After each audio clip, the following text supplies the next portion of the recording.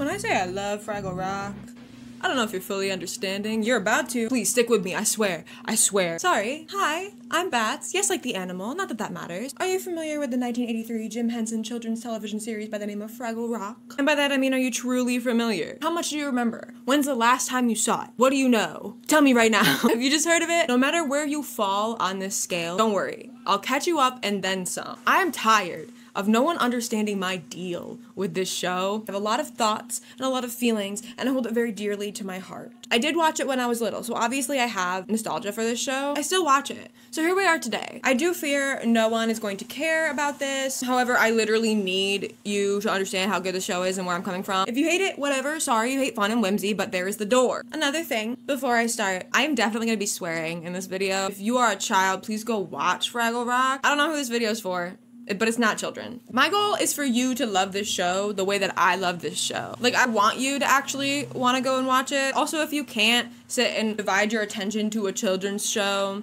I understand, and this is me doing that for you. I'm gonna swear, I'm sorry, we're vibing, it's gonna slip. Anyway, let's get into it. Also, in my mind, this is like a multiple part series. This is just part one. This is just season one. Hear me out, I'm begging you, I am so passionate about this show. Please, please. I'm going to be info dumping at you. It'll be fun, babe. Take my hand, okay? Step into my mind. This is how I see the world. I'm so normal about Muppets. My fans are off, we have no AC. If my shirt starts slipping, I'm sorry. I'm sweating. Down at Fraggle Rock.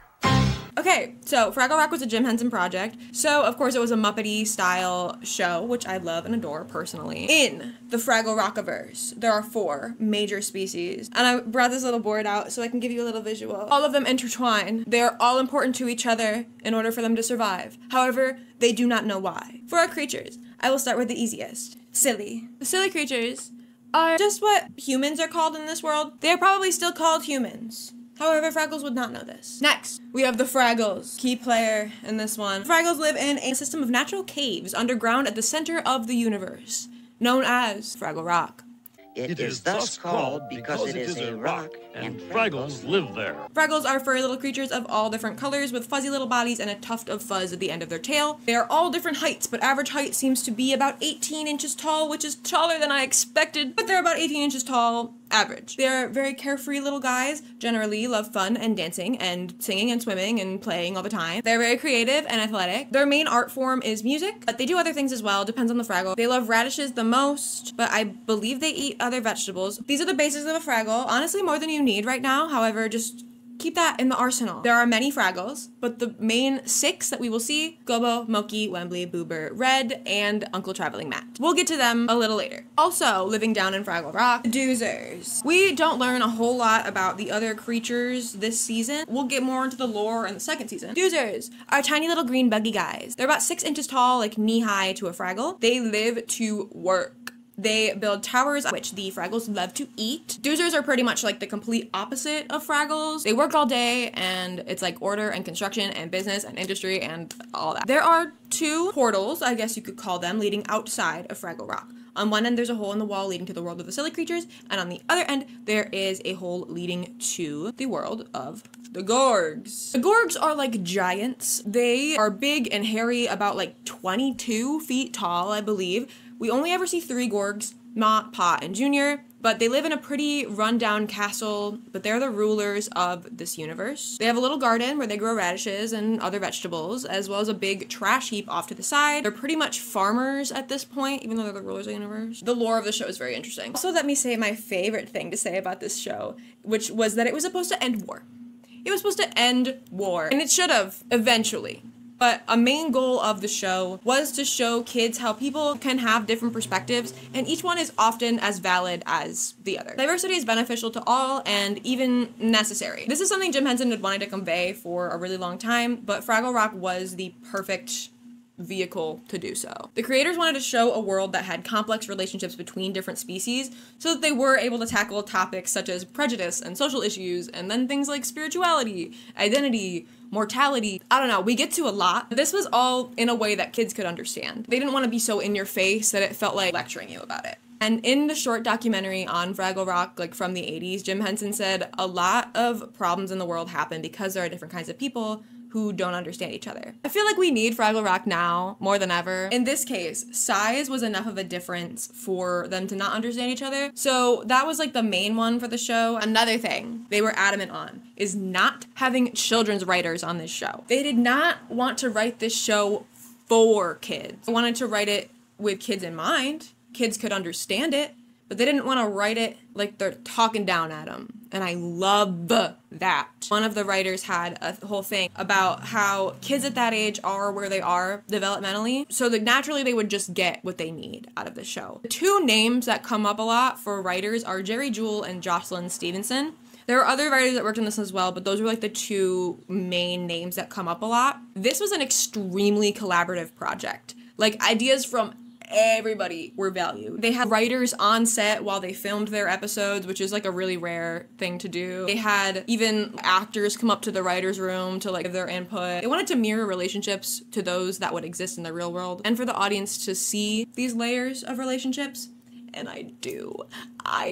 Speaking of writers, there were 2 to 3 original songs written for each episode. Usually they do not mention Fraggle lore of any kind either, so that they could just be related to like the real world. This was all thanks to composer Philip Balsam and lyricist Dennis Lee.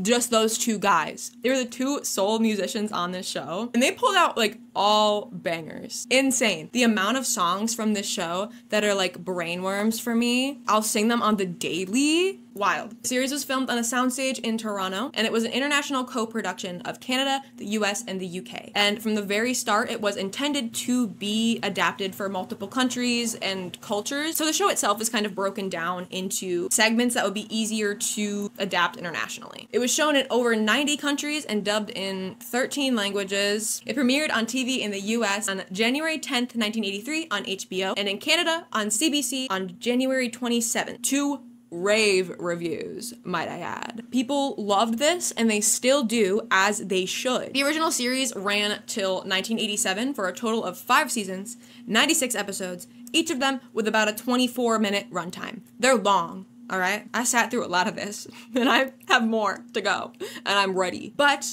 let me not bore you with the technical things for too long. Let's start getting into the show. Get excited, and please be on your best behavior. We're about to meet so many new friends. Let's get into the first episode. We open on an empty room. It's been formerly abandoned. This is the new workshop of Doc and Sprocket. Doc is our main and pretty much only silly creature, played by Jerry Parks, rest in peace, legend. He is an inventor, and they've just moved into his new workshop. I'll put him down here. Oh. Just kidding. He didn't want to go there. We'll put him up here. Doc. Sprocket is his dog and right-hand man. He's the best boy. I will get to his performer momentarily. They're all pretty much playing multiple characters. Doc is clearing out the clutter in the room. He moves a box and reveals a big hole in the wall. The Fraggle portal is open. This is their only way into the human world, by the way.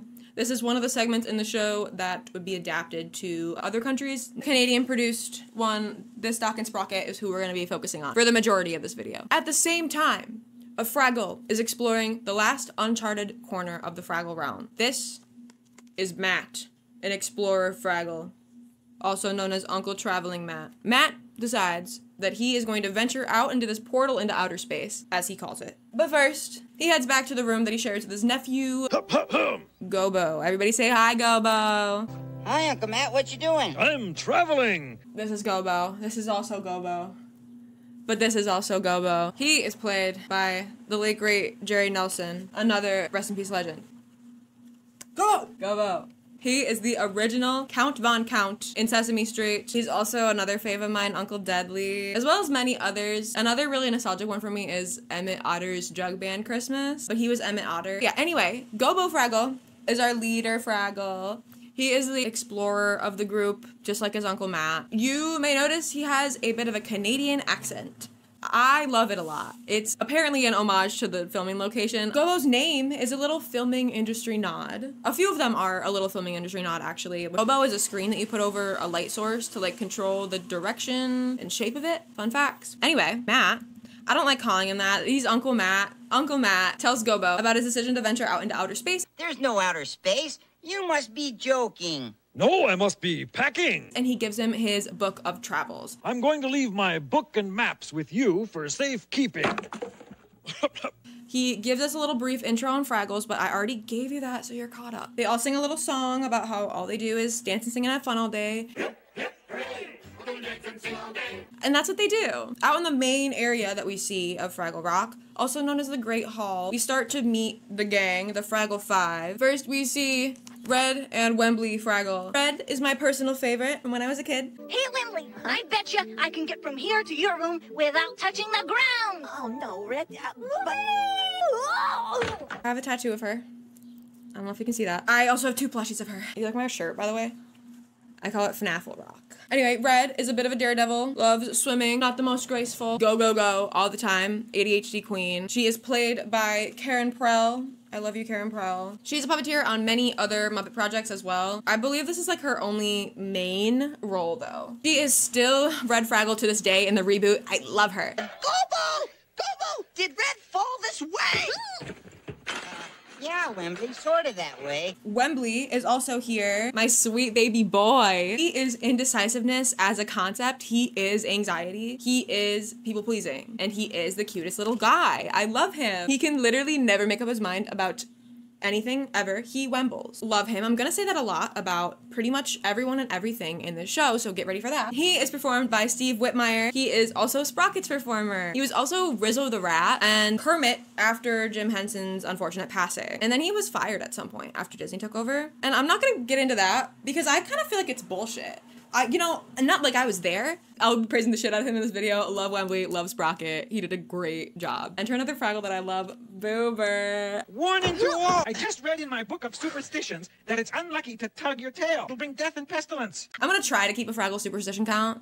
Fraggle Station 1. Boober is, well, I mean, what an intro, truly. I'm not really sure what else I have to say. But he's in crisis mode at all times. He's an absolute downer in the most charming way. He would say only 2 things are certain, death and laundry. And so would Dave Goelz, who is his performer. Dave Goelz, who is also Uncle Matt. You may also recognize his voice because he is the great Gonzo. All those to this day, I believe. Legend. I guess Boober is kind of based off him, though, because he was heard saying something along the lines of life just being constant laundry and then you die. They were like, that's gonna be a character. Sure enough, Boober. I did all these little drawings on that. Death and pestilence? Well, just from doing this? Anyway, Bobo goes to see his Uncle Matt off on his adventure into outer space. On their way there, through the tunnel, they sing one of my favorite songs of this entire show. I'm definitely gonna say that a lot. Every evening, calling me away. They get to the hole to outer space, and Uncle Matt's like, we must venture out into it. And Gobo's like, what? We? And he's like, yeah, I'll go out and I'll explore the outer space, and then you will come out here and you will get my postcard and you'll tell everybody else about it. He's like, no way. I will not go. Thank you for promising me. I knew there was no way out. On his way out, he tells him to think of him as Traveling Matt. and he shall henceforth be known as Uncle Traveling Matt. Another film industry nod, though. A traveling Matt is like a type of effect used on blue screen type things. Looks like something's moving. Uncle Traveling Matt heads out into space just as Doc and Sprocket come back inside. Sprocket spots him and barks at him, as a dog do. And what does this man do? Write that down, write that down! He starts journaling about it, and Gobo's like, dude, run. So he does that, out the door. And Gobo's like, yeah, he did it. He fought the beast. Oh, I gotta do that every day now. So Uncle Matt is in the outside world. Don't run into traffic. He writes about literally everything out there. We will see him often in these episodes in a letter to Gobo. This is another segment that's going to be fitted to other countries. Back in the Rock, Gobo is worried about his uncle. It's really weighing on him. He's also not stoked about the prospect of having to go out there every day. Gobo comes across our final member of the gang, Moki! Star queen. Love her a lot. Moki is the chillest of the bunch. Very spiritual. Definitely a crystal girly. She's an artist, poet, visionary, sometimes den mother. She's visibly taller than the others. She's like 6 inches taller than the other ones. And that's because she's older, I guess. Boober would fall. All right. They're all on one line now. I tried really hard. She's a bit more in touch with her emotions and her soul. She's in my dream rotation, definitely. She's performed by Kathy Mullen, who is also Kira's puppeteer in The Dark Crystal. She was also a co-creator on Between the Lions on PBS, and she was the original Leona the Lion. Now tell me how. Now tell me how I haven't seen this show since I was a literal child, and I heard that she was on Between the Lions, and I was like, oh, she was the kid lion. Now how did I remember her movements? Freak behavior, because I can do it in Labyrinth too. I can pick out who's who. I can pick out who's puppeteering. I can tell by their movements. They all have like their like signature things that they do. I don't know. I think it's really cute. I love it. Freak shit, but I love it. Anyway, Moki's like, what's up? You don't seem like yourself. And Gobo confides in her about his troubles. And he's like, it's just too awful. And she's like, oh, I get how you're feeling. It's okay. Sometimes you just need to be alone and like think about things. And he's like, that's not what okay. Wembley's around too. And he's like, hey Gobo, check it out. And he starts jamming on some Doozer Construction.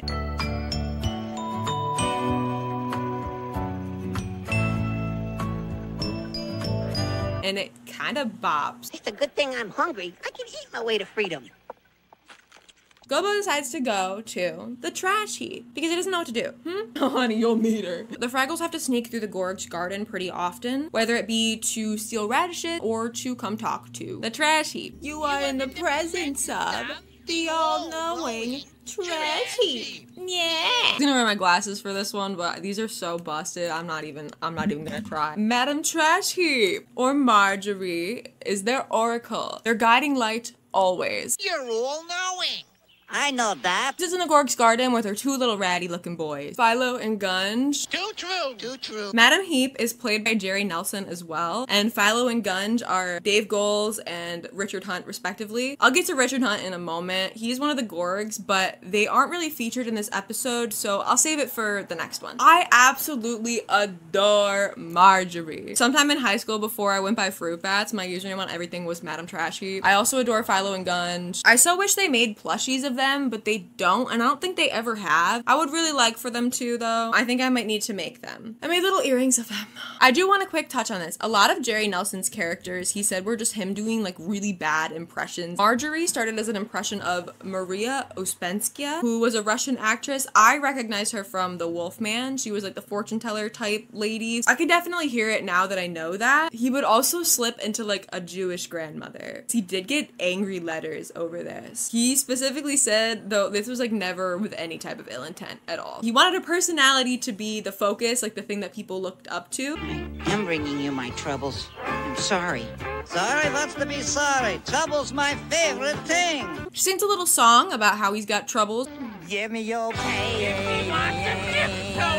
Which kind of serves as like her intro song. Gobo tells her that he feels alone, and she says, Alone?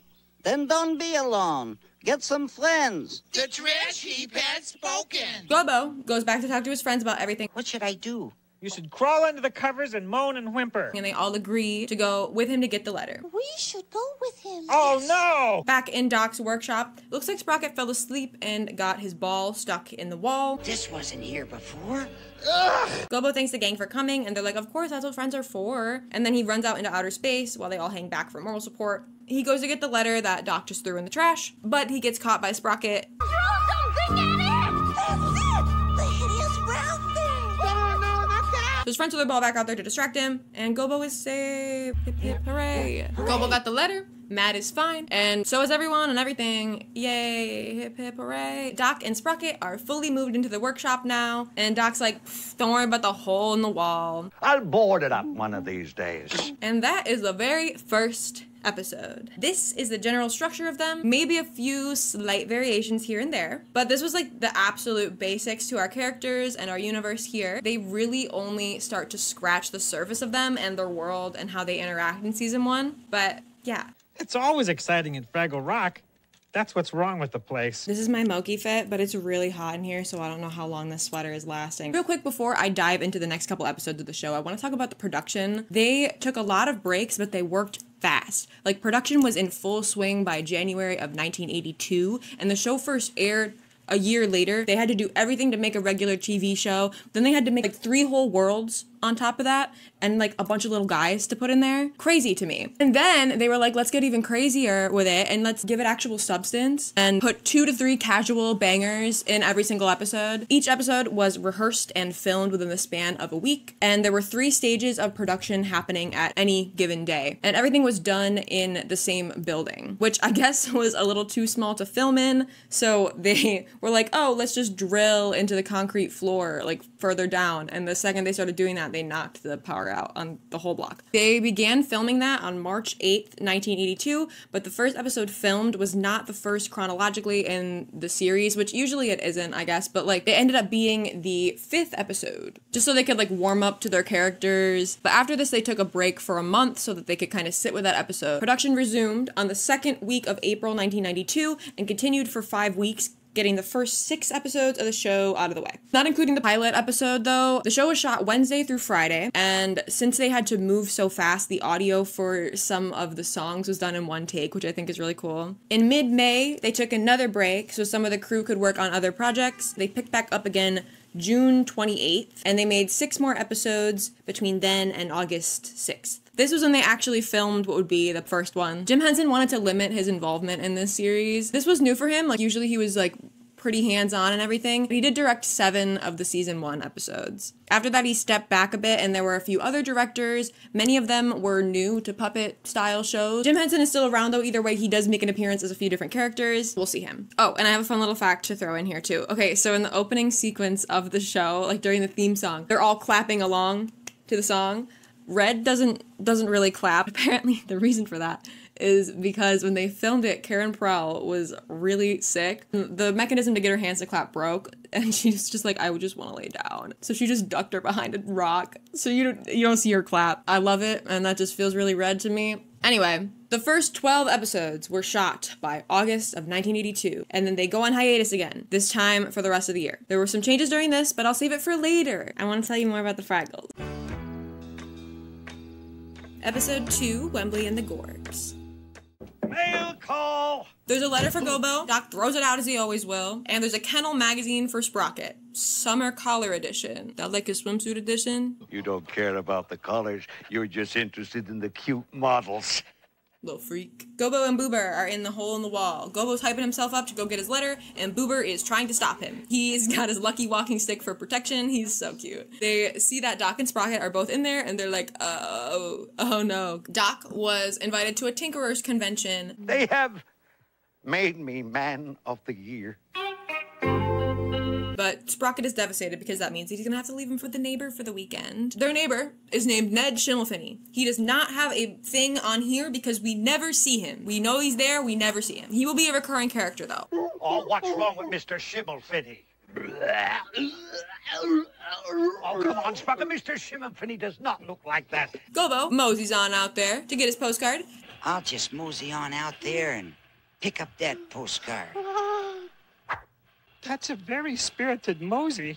And he comes back in so hot that he absolutely takes Boober out, breaks his lucky walking stick. Obviously, he is upset, but they mosey back to the cave. Wembley is in his room, singing this absolutely slapping little tune. This is another one that I sing actually every day. I'm never ever anywhere excepting here, 'cause here is where I'm in. Gobo and Boober come in, and Boober is absolutely distraught over that stick. Gobo's like, you can go get another one from the Gorg's garden. I can never go to the Gorg's garden again. Why not? Because you broke my lucky walking stick! And Gobo's just like not having any of it. So he's like, I'm tired of hearing about this. I'm gonna go get you a new stick. And he brings Wembley with him to the garden. You sure do like to agree with a person. Oh, I gotta agree with that. And uh-oh, the Gorgs are out. This is the first time we really see the Gorgs. Brief Gorg mission. The Gorgs once ruled the universe, but for some reason there are only 3 left. Ma, Pa, and Junior. According to the notes I saw from Jim Henson, they're not sure why. Probably has something to do with stupidity, though. So, now, they're left in this rundown castle, tending to their garden, so they're more farmers than royalty, but they will absolutely act like they're royalty. Apparently, their traits were drawn from classic clown archetypes. I just love that. Junior is the star of the show, usually. He is played by Richard Hunt, who started working with the Muppets pretty much like right out of high school. He was awesome. He was a gay man. He was also the original Scooter on the Muppets, as well as Janice. Back to this show, though, he was also Gunge, but Philo and Gunge were not like casted. He and Dave Goelz just like went for the puppets at the same time, and Richard Hunt just started doing that voice, and going, yeah, at the end of everything. And Dave Goelz was like, yeah, that was just so good. I just copied him. And I love that. Also, Richard Hunt said in the documentary that he got the voice for Junior from a little kid that he knew. And so I realized, hey, that's a great voice. This is the way Junior talks too. Junior speaks for himself. We also have Pa Gorg. Pa is played by Jerry Nelson. He's the king of the universe, but he does not have any subjects. This is his beef in this episode, but it continues to be an issue. He is constantly in like a squint, and he gets even squintier. Like, he's always trying to wrap his head around something. Because he is. He can't figure anything out, but he will blame things on anyone but himself. And then there is Ma Gorg. She is the queen of the universe. She's played in this season by Myra Freed. She would be performed by a different actress in later seasons. She gets the little glow up later on. She is kind of the only one around here with any semblance of her shit together. She was described as coquette a few times in the visual history book that I have, and I love that for her. It takes 6 performers for 3 Gorgs. There's one person in the Gorg costume who's responsible for all the body movements, and then the facial movements are radio controlled by the puppeteers who are also doing their voices. The body performers were a group that had previously worked together as the Mime Associates, but they were the perfect sizes for the Gorg, so it worked out great. It was Rob Mills as Junior, Gord Robertson as Pa, and Trish Leeper as Ma. But the costumes worn by these guys are huge, so there's a whole lot that goes into that, and I'll yap about that later. Okay, back to the episode. Junior is building a Fraggle trap. He's like obsessed with Fraggles, like catching them, thumping them. He's also kind of afraid of them. I'm not really sure the deal. I just feel that this boy needs therapy for a number of reasons. Anyway, his parents, they don't give a shit about what he's doing. Son, I wouldn't give you a brass meatball for a Fraggle. Whoa, whoa, whoa, whoa. Gobo and Wembley go to find Boober a new stick and find him one, but Wembley gets trapped by Junior with a flower pot. Wembley, are you all right? Yeah, Gobo, I'm fine. I am obsessed with the tiny radio-controlled Fraggle puppets that they use for all of these types of scenes. I will be saying it again and again and again. I want to own one. I love them so much. I know it will not happen in this lifetime, but oh my god, I would die for one. I would kill for one. I need to make tiny Fraggles. They are so precious to me. Junior takes a flower pot back to his parents, and his mom's like, ew. And his dad starts yapping about how he's a king with no subjects. Why won't anyone pay any heed? Well, if I had any heat, I'd pay it to you, but I'm broke. Would you care for this Fraggle instead? Wembley seizes his opportunity to kiss ass. I want people to cry, hurrah! Well, hurrah for the king! The Gorg parents take him away because they actually love him now. He's their fave and only subject. Gobo is back with the rest of the gang telling them what happened. Immediately, Boober is like, I'll make him a memorial stone. Was squished to death by Gorgs! Oh! He was not, but Gobo is like, no, we're gonna go save him. We've got to go up there and rescue him. Us go up there? But then we'll need 5 memorial stones. So they gear up and sing a little battle song, and then they are off to go rescue Wembley. Back with the Gorgs, the king and queen have decided to let Wembley out of his jar. He's too precious. He's such a baby boy, and I love him. I don't believe it. I've just been talking to the king and queen of the universe. They're bringing me dinner. They like me. Checking in with Doc and Sprocket. Doc is leaving for the convention. He's even gonna bring a friend.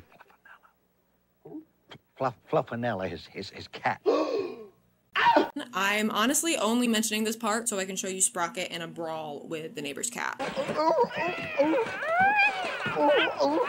I think the cat is winning. But back to Wembley, he's about to sing a song for the king and queen. Boy, I get to sing for the king and queen. I just love this interaction as they come to rescue him. Hi, guys. Boy, it's good to see ya. Climb down the table leg. We'll make a run for it. At first they're like, ew, gross, get him out of here. But then Wembley's like, no, they're my friends. So Pa goes to introduce himself to them, and just as he leans down into the cage, Gobo stabs him in the nose. So they are enemy Fraggles now. To the tool shed. I mean the dungeon. Wembley is still mostly on their good side, so he's with the Gorgs. In the shed, the rest of them sing a little do that. Oh, he took a stick and she bang bars. They just needed to sing about it, I guess. Gobo remembers Uncle Matt's postcard in his pocket, so he reads that to them. Matt.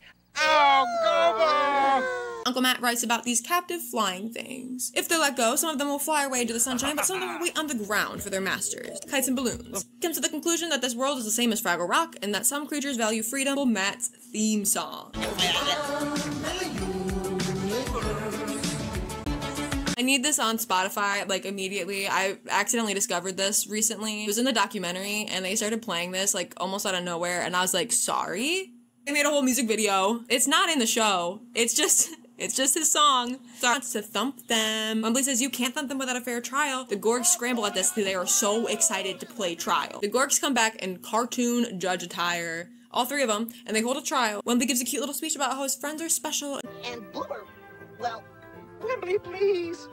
Hoover knows special stuff that means a lot to him. And the Gorgs decide to keep them as slaves. Wembley bites the king for this, and they all scramble and the Fraggles get away. Yay, free Fraggles. Wembley has moved in since Matt moved out, so that's the current living situation, by the way. Anyway, they're having a little chat about the events of the day. Wembley says at first it was nice, being a Fraggle, knowing a king and queen.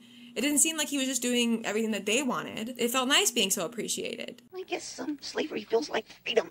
I didn't notice what they were doing to me till they tried to do it to you. So easy to get into situations like this if you are a people pleaser, because people will just take advantage of you in any way they can, which is horrible. So horrible, but it happens. Really only when other people that he cares about were affected. That's when he was able to recognize it was an unhealthy situation, which sometimes happens. You can't really see what's happening to you until someone else is like, hey, that's not okay. But the episode ends on Doc coming home early from the convention. You were expecting Mr. Schimmelfinny.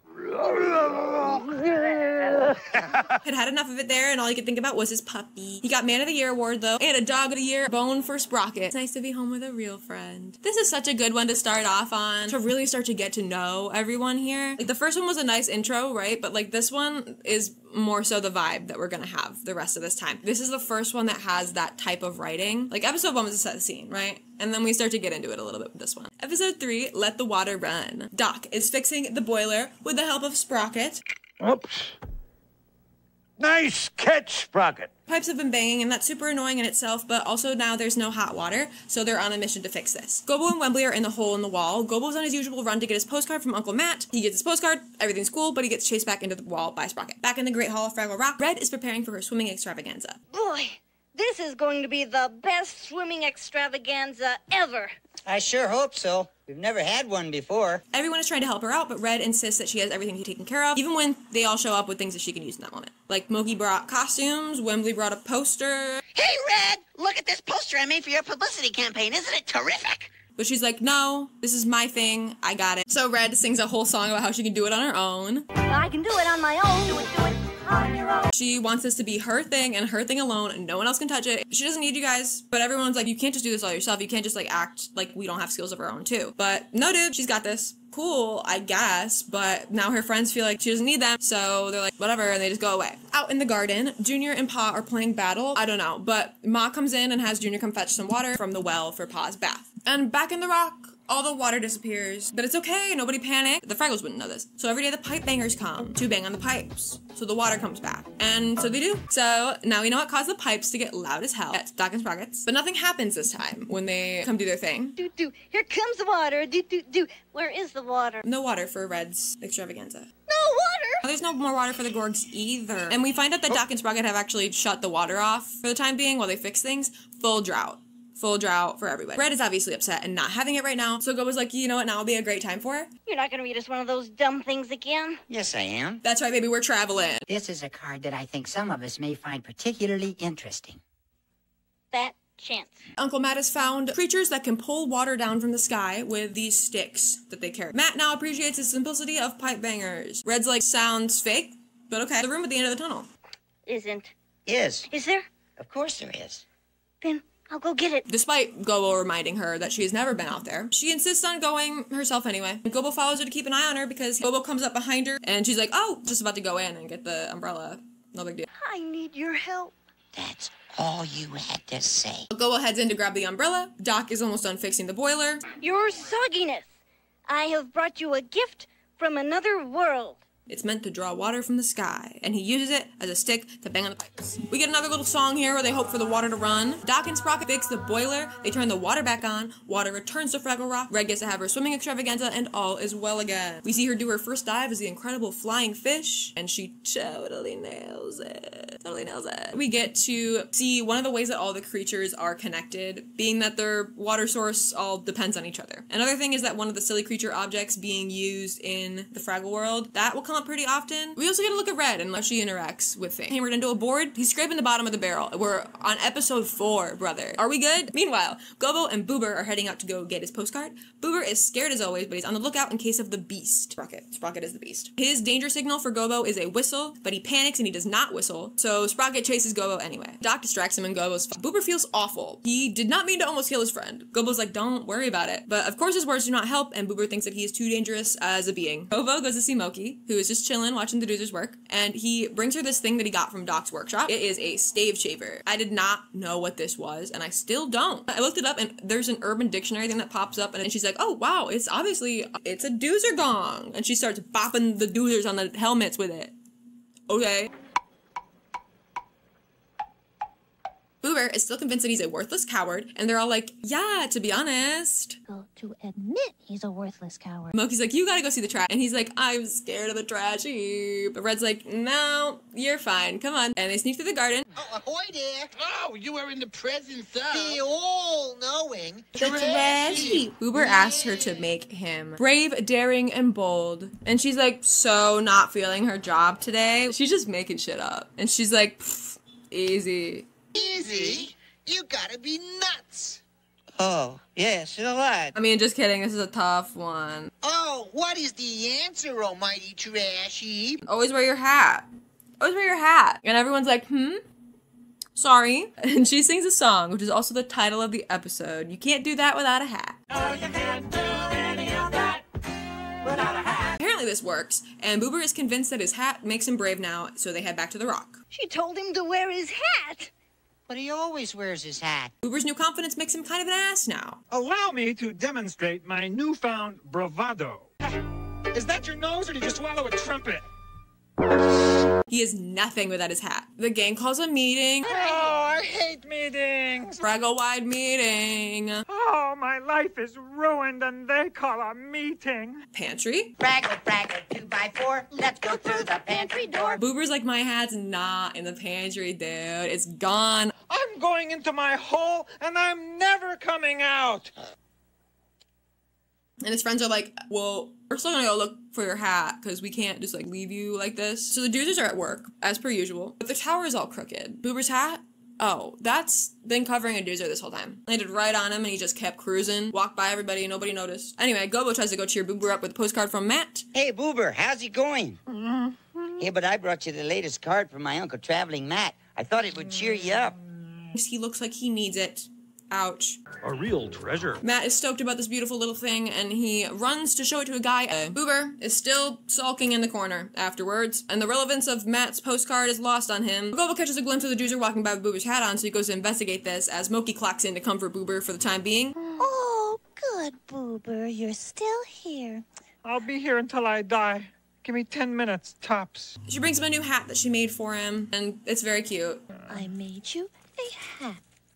Wear it in good health.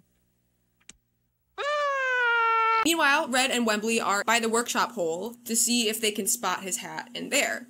But it's just Doc and his barrel. Boober wanders over the trash heap alone. He can do it now that he has some sort of hat, but he's still terrified. Gobo follows the Doozer all the way to the Gorg's guard gang, stoked that he has his hat back. Boober didn't realize how much he loved his hat until it was gone, and they sing the cutest little song. I really love this one too. You don't know where you've been until you're homeward bound, and you don't know what you've lost until it's found. Back to him at the end, and they did not have time to know. I didn't know, so it worked on me. This one's cute though. What you need is already inside you, sort of thing. The trash heap tells him to just keep doing what he's always been doing, but for whatever reason, that's just like what he needed to hear. He's most comfortable with his hat, but he has the ability to do things with or without it because he has the support of the people around him to help him get through things. Even like Matt's section there, he's talking about how he ended up with nothing less than what he started with. So Boober always had. Doc is yelling at the neighbor. Printing press is in the front yard because there was no room in the bathroom after I installed a drill press. This is quite the neighborhood. Ah, I see you're interested in my purchase. But that's really all I have, the cotter pins and screws and the glue. And a couple of donuts. So now the two of them are arguing over which ones they want. I'll take the custard. And I'll take the jelly. Gobo is on his daily mission for the postcard. Smooth sailing this time, except for he slammed right into Red on his way back. Terrific. I break your fall, you break my neck. Well, one good turn deserves another. Today is the day Wembley is supposed to choose what job he's gonna have, but Wembley is actually the most indecisive ever. Oh, hello, Wembley. How are you? Oh, don't ask me questions. This is too big of a decision for the little guy, and he doesn't even really seem to want a job I just don't decide well. or work. I'm glad you asked. Only for 30 minutes a week minimum. It can't just be play all the time. Work is an enriching experience. Yeah. Tedium and drudgery are good for the soul. Explorer, taking after his Uncle Matt, mapping out the caves of Fraggle Rock. Anyway, Moki has Wembley join her on her job for a while. Wembly's spooked because she has to go into the Gorg's garden to do all that. But we have some classic Gorgery happening out in the garden. Look, I hear the little chirp of a thimblebug. No, that was the scream of a Fraggle. Of course, Junior tries to thump him, but he misses, so Moki just bops him with a radish, and they run off. You almost hit Wembley. He wonders if he's chosen the right job. He investigates a transportation system, a roller coaster. He is not a fan of rapid transit. After one ride, he's decided he's walking everywhere. So I really love this one. I gotta take a little brief aside here. This was shot at Canada's Wonderland. The guy next to Matt Sorry. is Dave Goelz, his performer. He hated roller coasters.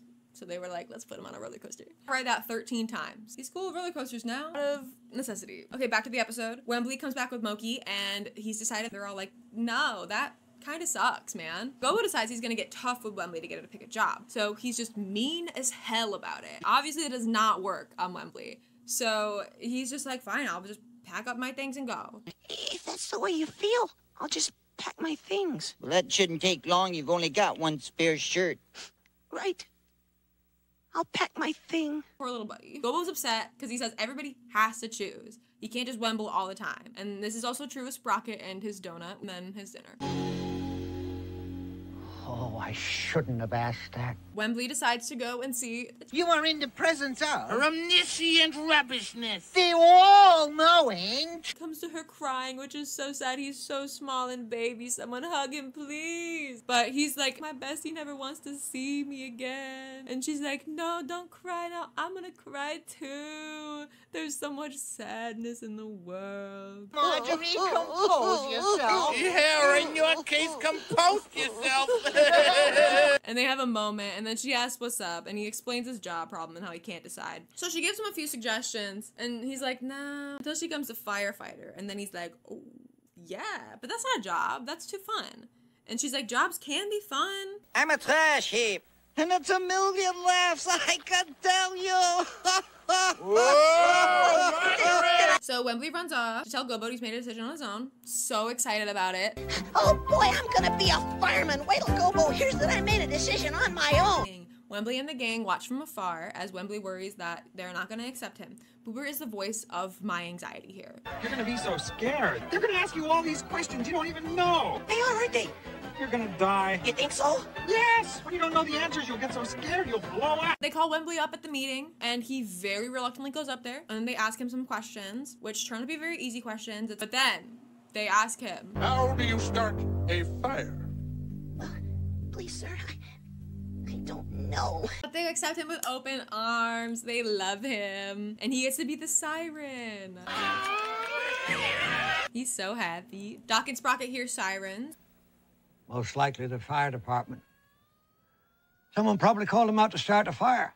Episode 6, the preachification of convincing John. Doc is smashed. Girl, I so get you. There's a little snack in the doozer builds. She feels bad about it. And she's like, actually, the more I think about it, the more I'm right. We shouldn't eat the doozer construction. It's wrong. What this happened to Moki? Well, the plug came out and her brain drained away. And they're like, no, you wouldn't do that. You wouldn't do that. Do you Have to go. Yeah. I think I've already left. Moki says, nope.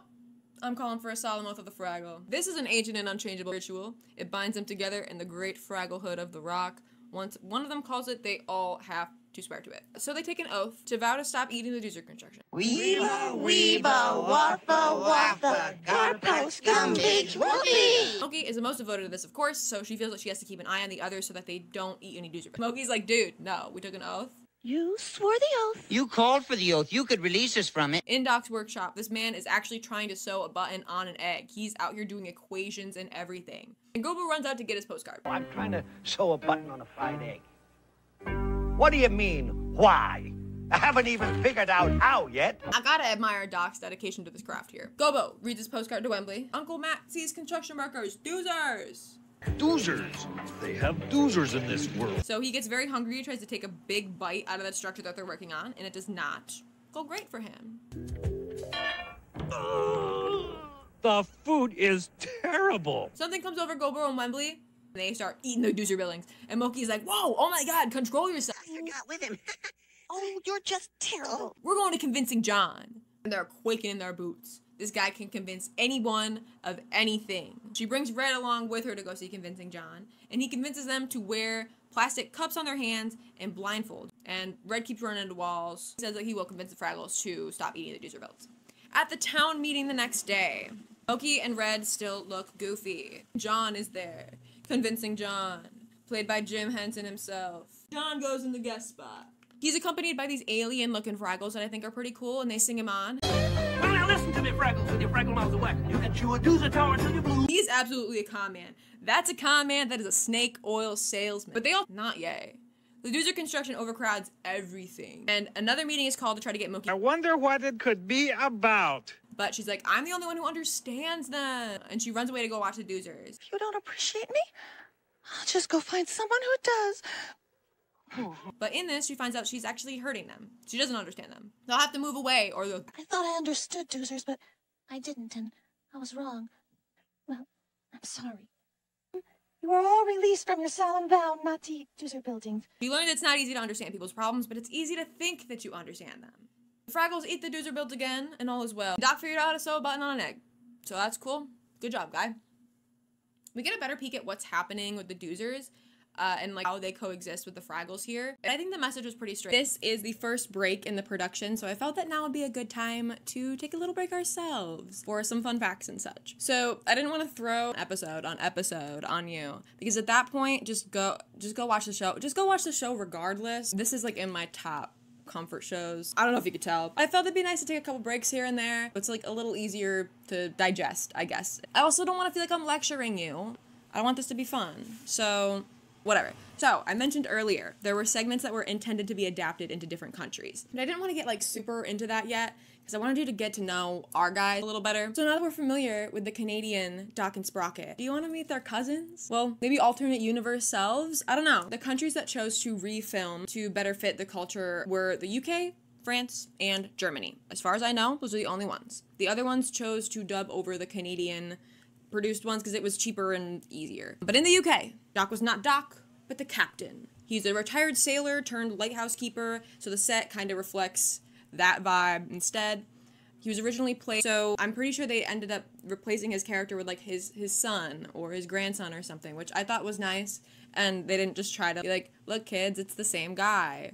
Sprocket is still Sprocket here though. In France, he's still called Doc, but he's a chef who inherited a bakery from his uncle, who was an inventor. He's played by Michael Robin. And Sprocket, his name is so cute to me. Here it's Croquette. Shut up, that's so cute. In Germany, you have Doc and Sprocky. Close enough. It's almost word for word translated. Doc is played by Hans Helmdicke. He looks like Dr. Steve Brule to me. So that's just part of some lore in my mind now. Anyway, it's super similar, however, because of the German culture, I guess, he did not speak German, like, at all. One of the producers this season was Duncan Kentworthy. He was always meant to go over to, like, the international producer, so he switched over to that about halfway through. But I wanted to talk about him here. I believe it was his idea to do a show that had segments that were purposely set up so it was easy to produce internationally. He saw the issues that came with adapting other shows like Sesame Street that wasn't really like built for that. There's like 20 different versions of that show because it doesn't really fit for all cultures. So he was like, okay, well, how do we make that easier to do? We could do different segments that were kind of built to be easier internationally. They even had to dub songs for other countries because the songs were so like ingrained into the plot of the show. Duncan Kentworthy also like oversaw the auditions and like actual recording of those so that he like knew that it had the right Fraggle energy, which I love the dedication. Another thing is the Uncle Traveling Matt segments. The ones here were filmed during the breaks in season 1, but Dave Goelz and Duncan Kentworthy took a little trip to do some Australian segments. That trip they filmed 20 segments and 5 were dispersed throughout season 1. They also met on Muak on this trip. He's the guy who would go on to be like the main puppeteer for Ludo in Labyrinth. I think that's so cool. They just like met him there. He was like, hey, I've always wanted to do that. And they were like, yo, cool, do you want to like hang out with us? And then like later on he ended up being Ludo. And he's also like an insane sculptor. Just found that out. The rabbit holes that you can go down with these shows, wild. I love looking into Muppet Projects so much. Anyway, I'm derailing a bit. Let me get back to the show. Episode 7, I Want to Be You. Doc is opening his mail, so they look for a costume while Gobo does a little sneak in for his postcard. He comes back into the hole in the wall, meets Red as she starts telling him about the water slide stunt that she... Now what? Dark, isn't it? They come across Moki as they're walking, and she's writing a poem, so they go up and they bother her. Gobo asks if when Moki's done, he can read her poem, and she agrees. Red gets up and is just back in business, like explaining her stunt. Gobo, not interested. He's like, she's gonna kill us doing all that. Wembley and Boober show up, and now everyone is here talking about Moki's poem about Red. Oh, hi, Boober. Hi, Wembley. Hi. You want to hear my poem? Is it an elegy to plague and pestilence? Nobody will listen to her stunt idea, so Red's like, forget it, and she walks away. She's like, they always care about Moki more. Why can't I be like her? She sings a little song about how she wishes that she could be someone else, specifically Moki. This song makes me cry a little bit. Talking about how, like, all the things about her friend that she loves, and she's like, I think about all the things about her that I love are just, like, not... I can't say the same about myself. And it's so sad though, because I'm like, I love you, Red. Anyway, she goes to see Madame Trash Heap. And she's like, everyone loves Moki, especially Gobo. They all love her poems. And the Trash Heap is like, oh, I love poems. And she tries making one up on the fly. Garbage is brown, compost is gray. Junk is foul, and so are they. And Red's like, wow, okay, even the Trash Heap wants to be like Moki. Well, I know how she feels. And she just heads back. Oh, Marjorie, that was beautiful. Yeah, we never been immortalized before. Their hair down like Moki and a sweater like hers, and she's like trying to talk like her, trying to be exactly like her, and it's just not. But Boober shows up and he's like, I found this book about diseases. This is great because now I can find out what's wrong with me before I get sick. Knock it off! I mean, what did you say, little Boober? This feels like a symptom. I'm gonna look into how to get you back to yourself. She's like, I don't want to be myself, I want to be Moki. Boober goes and he reads his book and he's like, oh my god, she's got a disease for sure. And she's contagious. Nice. So he has a little hypochondriac moment and he starts convincing himself that he's sick too. And then Gobo runs in with Wembley and a postcard to read. Uncle Matt drops into a farm and gets snorted at by a pig. I received a touching welcome from a very distinctive creature. So he dresses up as one to get a closer look. In all modesty, His disguise works too well, and the farmer mistakes him for a pig too and herds him along with the others. It looks like he's staying there for a bit. He says it's always difficult to be something you're not. The postcard puts Wembley to sleep. Moki and Red are taking a little stroll, and Red is copying like everything she does, but poorly. Sing a little song in a round, and I'm obsessed with this one. It's about a little beetle. It's kind of nonsense, but it's so cute. I decided to learn this the other day for fun. Well, most of it, I can't lie. I cannot get Red's part, the very end, down. That is hard. Sing the little simple, silly, dimple, pimple daughters as they flirt with dirty otters while they pit and flatten spatulas and spackle and breath and satin flattered mats and hatters on a skitsy kidney stove. Gobo shows up at the end too, but Gobo can tell what's up. He knows what's going on right now. The rest of them have a little meeting without Red. I think she's acting really weird. Really weird. Crushed rock and stale puddle water. Could that be the cure? Could that be the cure? Why? And Gobo's like, you know, she's trying to be you. It started when she came back from the Gorg's garden. We need some stale puddle water. Wembley, got a bucket? Well, not on me. So Gobo and Moki head to the trash heap to see if she knows anything. Usual Gorg nonsense is happening in the garden. Can't you squeeze the Fraggle and punch him in the didy-dumpty-didy? The Festival of Gorg's Eve is coming, and Ma says Junior needs to learn his bow. Girl, I don't know, but who could have guessed he is only concerned with catching Fraggles? During this, Red is trying to pick radishes like Moki does. Gobo and Moki learn from the trash heap what Red said about them, and they put the pieces together. She writes poems. Yeah, poems that everybody likes. Especially Gobo, whoever that is. Moki's like, that's just silly. And Gobo's like, not if you're Red. I should have paid more attention. I should have known how much that meant to her. I didn't realize it was so important. I only saw that it was fatal. But while they're walking away, Junior captures Bush. Hey, Gorg Belly! I did not know bushes could talk. And she does the same trick that Gobo did on her earlier. Close your eyes! Okay. Now what? Dark, isn't it? Well, yes, now that you mention it, Bush, it is very dark. While his Yeah, but you make a great bush. eyes at Red Hat. Oh, my hair is killing me, and my voice is disgusting. Red comes back and she's back to her old self again, and she and Gobbo do her slide stunt. Everything is great. They live. Her friends love her just the way she is. That's why they're friends. Pretending to be something you're not just doesn't work, really, in any sense of it. It's weird. I'll be the same. That would be so boring if we were all the same. That's what makes this world so interesting and at times beautiful. And Doc and Sprocket go as each other to the costume party. I love them. People will know who I'm supposed to be. This episode was the one that Karen Prell really got into her character, which I love, because she was drawn to Moki at first. Like, that's originally who she wanted, and I guess, like, flip, Kathy Mullen wanted Red. Oh, I just think it's really cute that they ended up opposite, and it worked so well. I love this episode more knowing that. Episode 8, The Terrible Tunnel. Down at Fraggle Rock. This is the first episode where I noticed this. Boober is not the one saying down in Fraggle Rock in the intro. Wembley says it in this one, saying down in Fraggle Rock, and they meant to, like, disperse it through the season. However, they just ended up sticking with Boober, I guess. Doc and Sprocket, what are we up to today? Sprocket has found a horseshoe. Doc has him hanging up for good luck, but then he's like, ooh, wait, I could use that to finish my bookshelf. How? I don't know. But Sprocket's like, no way, dude, that's mine. Can I borrow it for a few years? Gobbo tries to go get his postcard, as he do, but Sprocket's in the way. Boober and Wembley came with him today, so they're back in the hole. They knock on Boober's lucky flower pot to keep beasts away. It worked. Sprocket went away. Gobbo gets his postcard. Hey, Boober, what's that? Oh, that's my lucky flower pot. Oh, wasn't too lucky for the flower, eh? They see some rockweed. Boober's like, oh my god, grab your noses and say Ricka-Racka twice. Ricka-Racka, Ricka-Racka! Or else we'll have bad luck. Fraggle Station 2. Gobbo says that's bull and walks off, but then they come across another crack in the rock. The rock is cracked! The rock and who else? You know the old saying about cracks. When one becomes two, run and say, ooh. Oh! Oh! If you don't, you'll end up in a terrible tunnel. Fraggle Station 3, who he believes. He's Wembling. Anyway, what is a terrible tunnel? An awful, horrible curse, I guess. So take that for what it is. Moki comes in and says she's going to see the storyteller and drags everyone along with her. The last time I was here, the storyteller told me all about the golden bean. I'll never forget it. How'd it go? I can't remember. The storyteller seems to have all of the history of Fraggle Rock. She's like a librarian. The librarian had the world's history memorized. They knock on her door. I don't want any!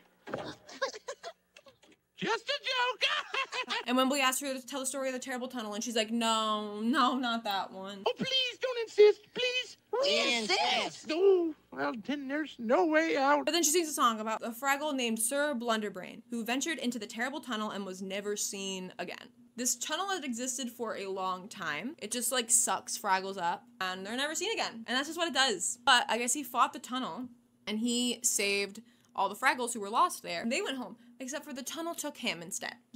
And now no one's been able to find that tunnel since. So it's all made up, right? Maybe. They leave and they go find Red, who is playing Heidi Ho, which is just Marco Polo, really, but she ropes them in, and Wembley got, so now he's it. But Wembley hates being it.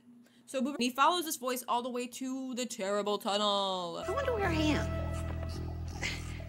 And he sings this cute little song about how he's not afraid, but he's definitely afraid. I'm not scared of anything except of being here. Doc is still trying to trade Sprocket something for the horseshoe. Many things. Sprocket drives a hard bargain. He's not sold yet, though. The gang is looking for Wembley, and they decide to wait in one place for him while they read Uncle Matt's postcard. Uncle Matt discovers an enormous creature inhabiting it. The strangest one is the holes. There are people who devote their lives to ridding this world of these holes. They fill up their boats with them, and they toss them into the water. He's got my lucky flower pot. No, I don't. I dropped it. You what? I dropped it, Boober. I'm sorry. That's okay. I always carry a spare. Wembley. But he says that he found the terrible tunnel. A hole swallowed him up, like in the story. But he survived. He came back. Let's be honest. You never know what you're talking about. You can't help it. It's just the way you are. Nobody believes him except Boober. The other three are all over the place about it, so Wembley gets mad. You guys are Wembling. And he's like, I'll prove it. I'm going back. Boober tells him not to do that and warns him all about it. He sings a little song about how bad everything is by default and everything is cursed. Every day in every way, universe will make you pay. Every day the curse gets worse, they say. I really feel that some days. Gobbo chimes in and basically says things will only be bad if you're stupid. Just avoid things that are going to get you into a bad situation, and you won't be in a bad situation. Duh. Doesn't sound too nice, Boober. Oh, it's horrible. So Gobbo agrees to go with Wembley to find the tunnel, even though he thinks that they won't find anything. Red comes along too. Oh, you could find monsters and horrible ghouls and creeping, crawling repulsiveness. Oh, I think I'll come along. Boober says to tie knots in their tails just in case, for luck. Fraggle Station 4. They go into the tunnel, and Gobo and Red are just like fucking around. Yeah, you didn't scare me. Come back, Finn. Until they start hearing the whispers that Wembley did. And they're like, oh shit, maybe he's for real. So Gobo tries to follow it, and the hole opens up again and tries to suck them all in. They manage to escape though. Meanwhile, Boober is worrying and tying knots into his tail for them, but they all come like right back. And the storyteller shows up, and so now it doesn't tell a terrible tale, but a courageous one. They survived, and they beat the curse, and Wembley had faced his fears. Gobo says he's sorry for thinking Wembley didn't know what he was talking about. Never happened before. I guess next time I'll know better. Sprocket gets Doc's slippers, his favorite quilt to snooze on, tennis balls, and Doc's dinner, all for the horseshoe. Doc uses the horseshoe on his collapsible bookcase. And it works! Episode 9, The Lost Treasure of the Fraggles. Doc is back from a rummage sale. He's got an old trunk for himself and some roller skates for Sprocket. Doc wants to see what's inside the trunk. Sprocket is loving his skates. Wow! Oh no! Gobo and Red are on the usual postcard mission. Some adventure, Gobo. You make this trip all the time. Since Red is complaining, Gobo's like, okay, you go in there then. And she's like, actually, I'm good. So he goes to get this postcard, and he slips on one of Sprocket's skates, and he goes. He scoops Red up with him, and they just, like, crash. Map says it was drawn by Dwight at the time of the third drafting. I don't know what that means. The third drafting? But that's about a zillion squintillion days ago. It's old, but it's a map to the ancient treasure of the rock. The lost wealth of the Fraggles. Gobo's like, no way, someone must be messing with us. So they take the map as a souvenir and they leave. On their walk back, Red says the treasure is supposed to be a whole lot of diamonds. Gobo really doubts that it's even real. Red's like, what if we just followed it? Just like, for the heck of it. And we just didn't tell anyone. They get back and the gang asks how the trip was, and they decide not to tell them what they found. Well, a pool of water with more water splashing into the middle. He witnesses someone toss a coin in and asks the guy why. Excuse me, sir, I said to this man. And he's like, I don't know, everyone throws money into the fountain. I was delighted. Aha! He's been collecting money like this whole time and has no idea what to do with it. Now he knows. You throw it into fountains. Lock. You don't care what's in that trunk? What if we drove an old steak bone? Gobo and Red decide to follow the map. It's like, maybe we should have told them. And Gobo worries that if it was fake, they'd laugh at them. Red worries that if it was real, they'd have to share. Gobo says, of course we're sharing. I don't know. I was never very good at arithmetic. They're like, okay, we need to keep going to even know that it's real before we start thinking about all of this. Map says in the middle of the chasm, there should be the solemn mark of the Fraggle. And it's there, carved into the rock. So they're like, oh my god, it must be real. Are we gonna share? I don't know. The map leads them to the Gorg's garden. Well, you wanted an adventure. Let's move it, Captain Danger. After you, Major Disaster. Junior Gorg is picking watermelons in the garden, and his mom comes out with a peach pie with garlic for his afternoon snack. I don't know about that, just to put that out there. And it leads them directly to the door of the Gorg's castle. Of course, Junior spots them and chases them back into their tunnel. They're not alone. Cut to this absolutely jamming little tune they're playing in the rock.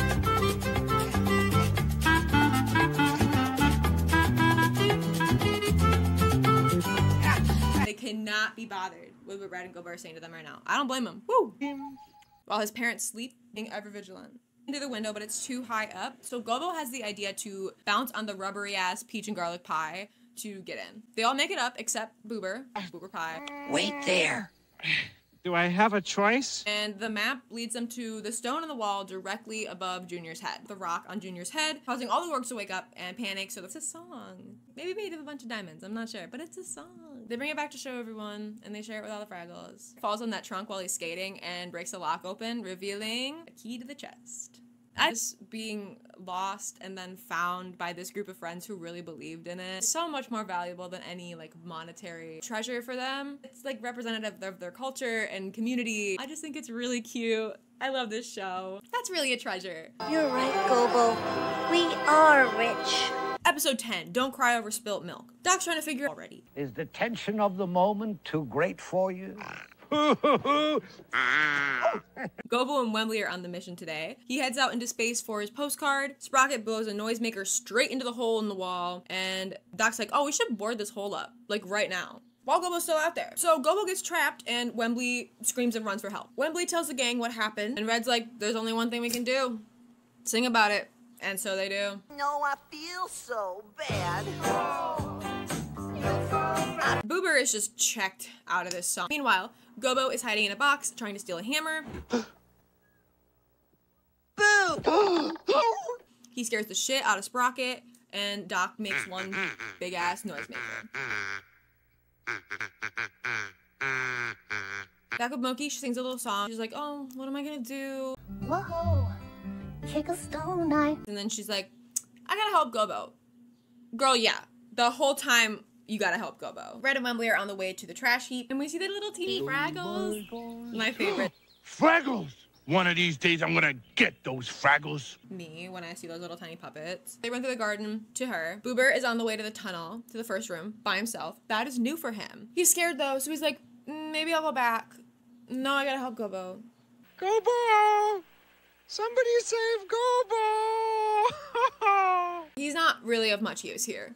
Oh, great trash heap. Hello from the world of Fraggles. Hello from the world of garbage. Red and Wembley come up to the trash heap, and Miss Marjorie is sobbing. Come on, hey, we got company coming, Marjorie. Overspilled milk, it seems. It was the last one she had. She was looking forward to it. The rats tell her not to cry over spilled milk. But girl, I so get it. She really wanted that. Did you bring me a present? We brought you this. Oh, a beauty thing. Red asks for one. They don't get it, but Red says those is magic words, and the trash heap knows the very best magic. Ever noticed there's no name for this thing? Moki's still sitting around for some reason, playing with her tail, watching the Doozers. She's just reminiscing about the good times that they had together and wondering if he'll ever come back. She's writing poems. It's just how she copes. One stone against Hi, Moki. Boober's defeated because he can't break through the hole in the wall. To break through that thing, we'd need a rock, this big! But oh shit, the Doozers have a catapult. Hope is rekindled. We see Gobo still in Doc's shop, and they get a letter from Kermit. We're just gonna breathe. They are parking meters. They're rooted to the ground, and when they're hungry, their faces turn round for it, and he gave it to one. And it made a grateful sound. I think I've made a friend. This is another one of my favorite Matt sections, I think. I just think it's so cute. In the Rock, the Doozers go on lunch break, so Boober and on about right now. In the workshop, we see Gobo trying to pry the wood off of the wall, and Sprocket spots him. He keeps trying to distract him. Hey, look, there's Santa Claus. He's literally just waving a magic wand at Sprocket's face at this point. I don't think he knows either. Doc tried to sell his contraption, and nobody wants that thing. So he just doubles down and makes an even bigger, more complicated one. Moki and Boober ready the catapult. Red and Wembley try the trash heap's magic. The milk is spilt. Okay, now, don't cry over it. Right. Gobo is trying fake magic on Sprocket. Still. Presto Chango! Shazam! Here comes the big one! Alakazam! Boober slips and falls onto the catapult, shooting him into the boards and breaking through. Gobo's back! Hey, I'm back! They come to the conclusion that they all rescued him, which, in a way, yeah, they came together and they tried to rescue their friend, and it worked. They sing about it. This guy is shredding loot. And Doc jams us out. Storms a brewing. Doc says perfect weather for a walk. Sprocket says nuh-uh. Doc tricks him into getting his leash on. What am I gonna do with this piece of red licorice? He also gave him a lightning deflector that looks so dangerous. You can't even guess. Today's postcard mission players. Gobo, Wembley, Red. Gobo's about to go to get his mail. Yeah. Ow! Gobo, you can't go out there. But Wembley is like, no, the creature has a helmet on. Oh, helmet? Yeah, he's dressed for battle. Gobo says the Fraggle's gotta live by the rule of the rock. He's hoping he has a letter from Uncle Matt. He's getting worried about him. He hasn't heard from him in, like, a few weeks. Wembley just hopes he's okay. Red walks away. She's like, had it. I can't stand the tension. Almost 2 weeks now. When Gobo comes back, the whole gang is there trying to figure out why he hasn't heard from Uncle Matt. Well, maybe a big crack opened in the earth and swallowed him up. Just like in this nightmare I had. We're talking about a Fraggle who's too cheap to buy stamps. Gobo's like, I need to go rescue him if he's in trouble. And Red's like, you? You can't even find your way out of that room out there. That's hilarious! Pretty funny, all right? Yeah, very funny, Red. I mean, what's so funny about that? But Gobo's like, I promised him if anything happened to him, I'd go look for him. And then he gets real dramatic about it. And he goes, Wembley, Let me explain something to you. And he sings this really catchy little song.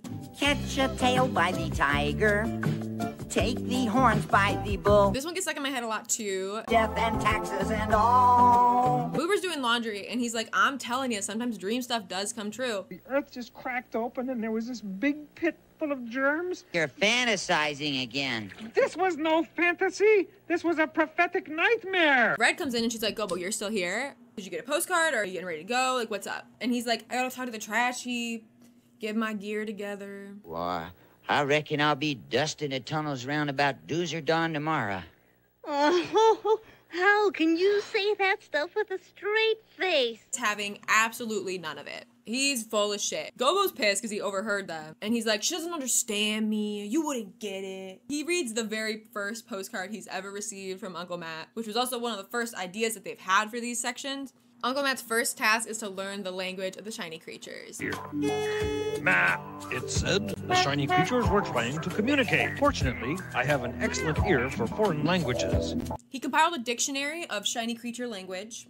It is one word. It means, howdy neighbor, move it or lose it. This is another one I really like. But at the end he says if he ever stops sending postcards, Gobo will know that he's in trouble. So Gobo goes to see the trash heap. Rise and shine, fellas. We got a seeker. What? There's one boy every minute. Gobo asks her for advice. A big pit full of joints. Nice. Yeah. Matt's in trouble.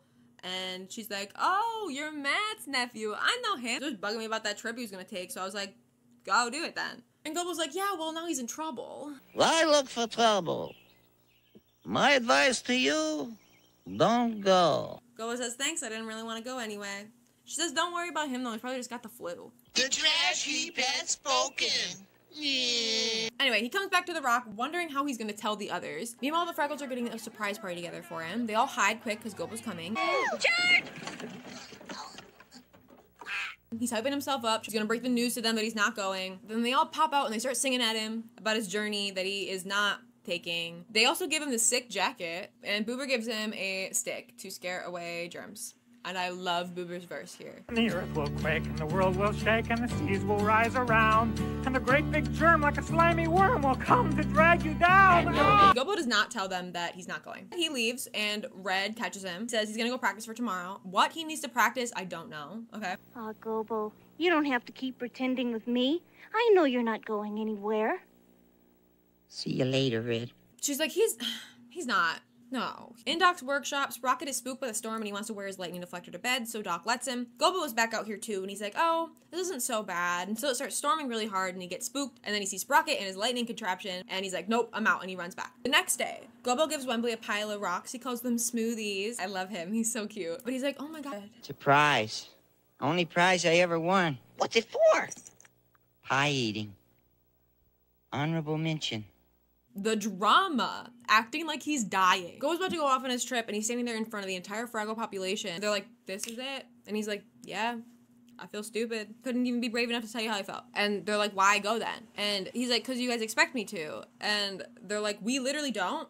Stay? And he's like, well, I gotta go. And they're like, why? And he's like, because my Uncle Matt needs me. See ya. The gang does not feel good about this. Not one Gobo's award that he said to give her. And she's like, I'm gonna keep it forever. And then goes back, like immediately. I got a card.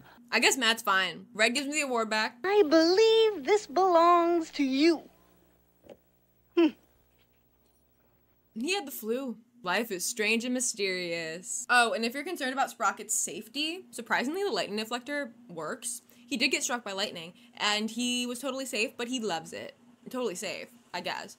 He loves it too much. He wants to go get zapped all the time. This one might be tied for a favorite of mine in this season. I just really love the song. There's a handful of moments that I think are funny in this one. Boo! Huh? Got you, didn't I? How'd you like to be a flattened Fraggle? Okay. Episode 12, The Finger of Light. Gobo sits down in Fraggle Rock this episode, and Gobo are in a pickle balancing competition. I'm just no good at this game. Wear one of these germ-proof masks. You don't know where that pickle has been. But they hear a horn. This means an announcement from the world's oldest Fraggle. He seems to be in charge here. At least he has some type of authority. All Fraggles gather at the rock for his announcement, which is that today is the ruler. don't stop me now. I'm on a roll. Someone to be the ruler of the rock, which is a temporary position, by the way. They will make 3 new rules for the betterment of Fraggle society, and that's their job. That's the whole thing. Only 5 can go on this journey, though. How convenient. Except for none of the gang wants to go. This freak Marlin talks. Hey, Mr. World's oldest Fraggle, I can assure you that we're on the same wavelength. 2 reoccurring guests in this episode. I'm stressed. You know Marlin. He's been trying to start that cult for years. Yes, except nobody wants to join. Marlin talks, and there's like suddenly I actually think I do know what's good for Fraggles. So Red, Milky, and Gobo all go, and Marlin. No more takers? Okay, we'll go with 4. Boober and Wembley are too spooked, so they stay back. And hear my own voice in the echo hole? Do you know what that can do to your brain? They're all on their way to the Echo Hole, talking about what they would do to better the Fraggle Society. Gobo says he would build a monument to his Uncle Matt. Marlin says something about behavioral modification. That type of thing. Would you spell that for me? Oh, no, I couldn't. It's much too secret. Kind of gives you goosebumps, eh? Red said she would make everyone wear their hair like her. Milky just tagged along. She thought it'd be a good story. She didn't really have anything in mind. They finally arrive at the Echo Hole and they look down into it. It is insanely deep. And there's only like a flimsy little bridge to cross over it. The oldest Fraggle goes across no problem. He kind of leaves them in the dust. Like he's done this before. He's not worried. All the others hold hands and they shovel across. Oh, don't look down. Ooh, pretty. Ooh. And she's like, huh? I wasn't playing. And they're like, oh well. You know, Red and Gobo sing a little song about how this is crap and how someone's always ruining something for them, and I love it. Every time you think you know the way that things are gonna go, someone comes along and makes it yucky. Back at the rock, everyone is still chattering at Moki. Boober comes up to talk to her, and he tells her about his germ-proof mask idea. Do you remember me, Your Highness? And he's standing on her tail, and she's like, please, could you move off my tail? And that, somehow, is another command. Get away from me! One left. And Moki's like, I thought this was supposed to be fun. Oh, and don't swear. In Doc's workshop, Doc's blasting music so loud that his neighbors are petitioning for him to stop. Isn't that lovely? But he's like, no way, it's for the plants. Gobo, Red, and Wembley are back in their room waiting for Moki. So while they wait, Gobo reads Uncle Matt's postcard. Uncle Matt makes contact with mysterious beings that he calls string creatures. He's not sure why they chose to be attached to string all day. He says there must be a benefit. It was almost as if I saw a family resemblance. Red's response to this one is Snore pie with yawn sauce. And that lives rent-free in my brain. Moki is moping. She has no idea what to use her last command on, so she goes to see the trash heap. Oh, they've made you the queen then. Isn't that nice? She says, listen to that little voice inside. Hey, what's that little voice saying, Marjorie? Yeah, who you got in there anyway? They all end up talking about getting enough rest and eating enough food, and it just derails into arguing about what the best foods are. Oh, like cherry cheesecake. Oh, you and your cherry cheesecake. Yuck! Give me some of that double-dipped chocolate fudge. What are you, nuts? Moki's like, okay, well, thanks, I guess. And she just heads off. Chaos! Yeah, I'm ready for that. Yeah, me too. Moki sings a song because that wasn't helpful. No one knows what to tell her, so she has to listen to herself. She ends up singing this in front of everyone as well. Time for everyone. Time to live as one. She's like, we could have all of that. What's important is that we all come together and we like live as one. And the only way we can all start to make things better is if we get along, so we can like come to agreements to make change. She says there's not just one thing that will make society better for everyone. So we don't need another command. But the Fraggles want one because that's the game. You already know what's best for each other. A command already? Give us a command! And finally, Doc says a man must admit when he's wrong, so he's never gonna force his wishes on his neighbors again. The plants will be fine. You can't improve on nature. One thing's for sure, Sprocket. You can't improve on nature. So here they went on hiatus.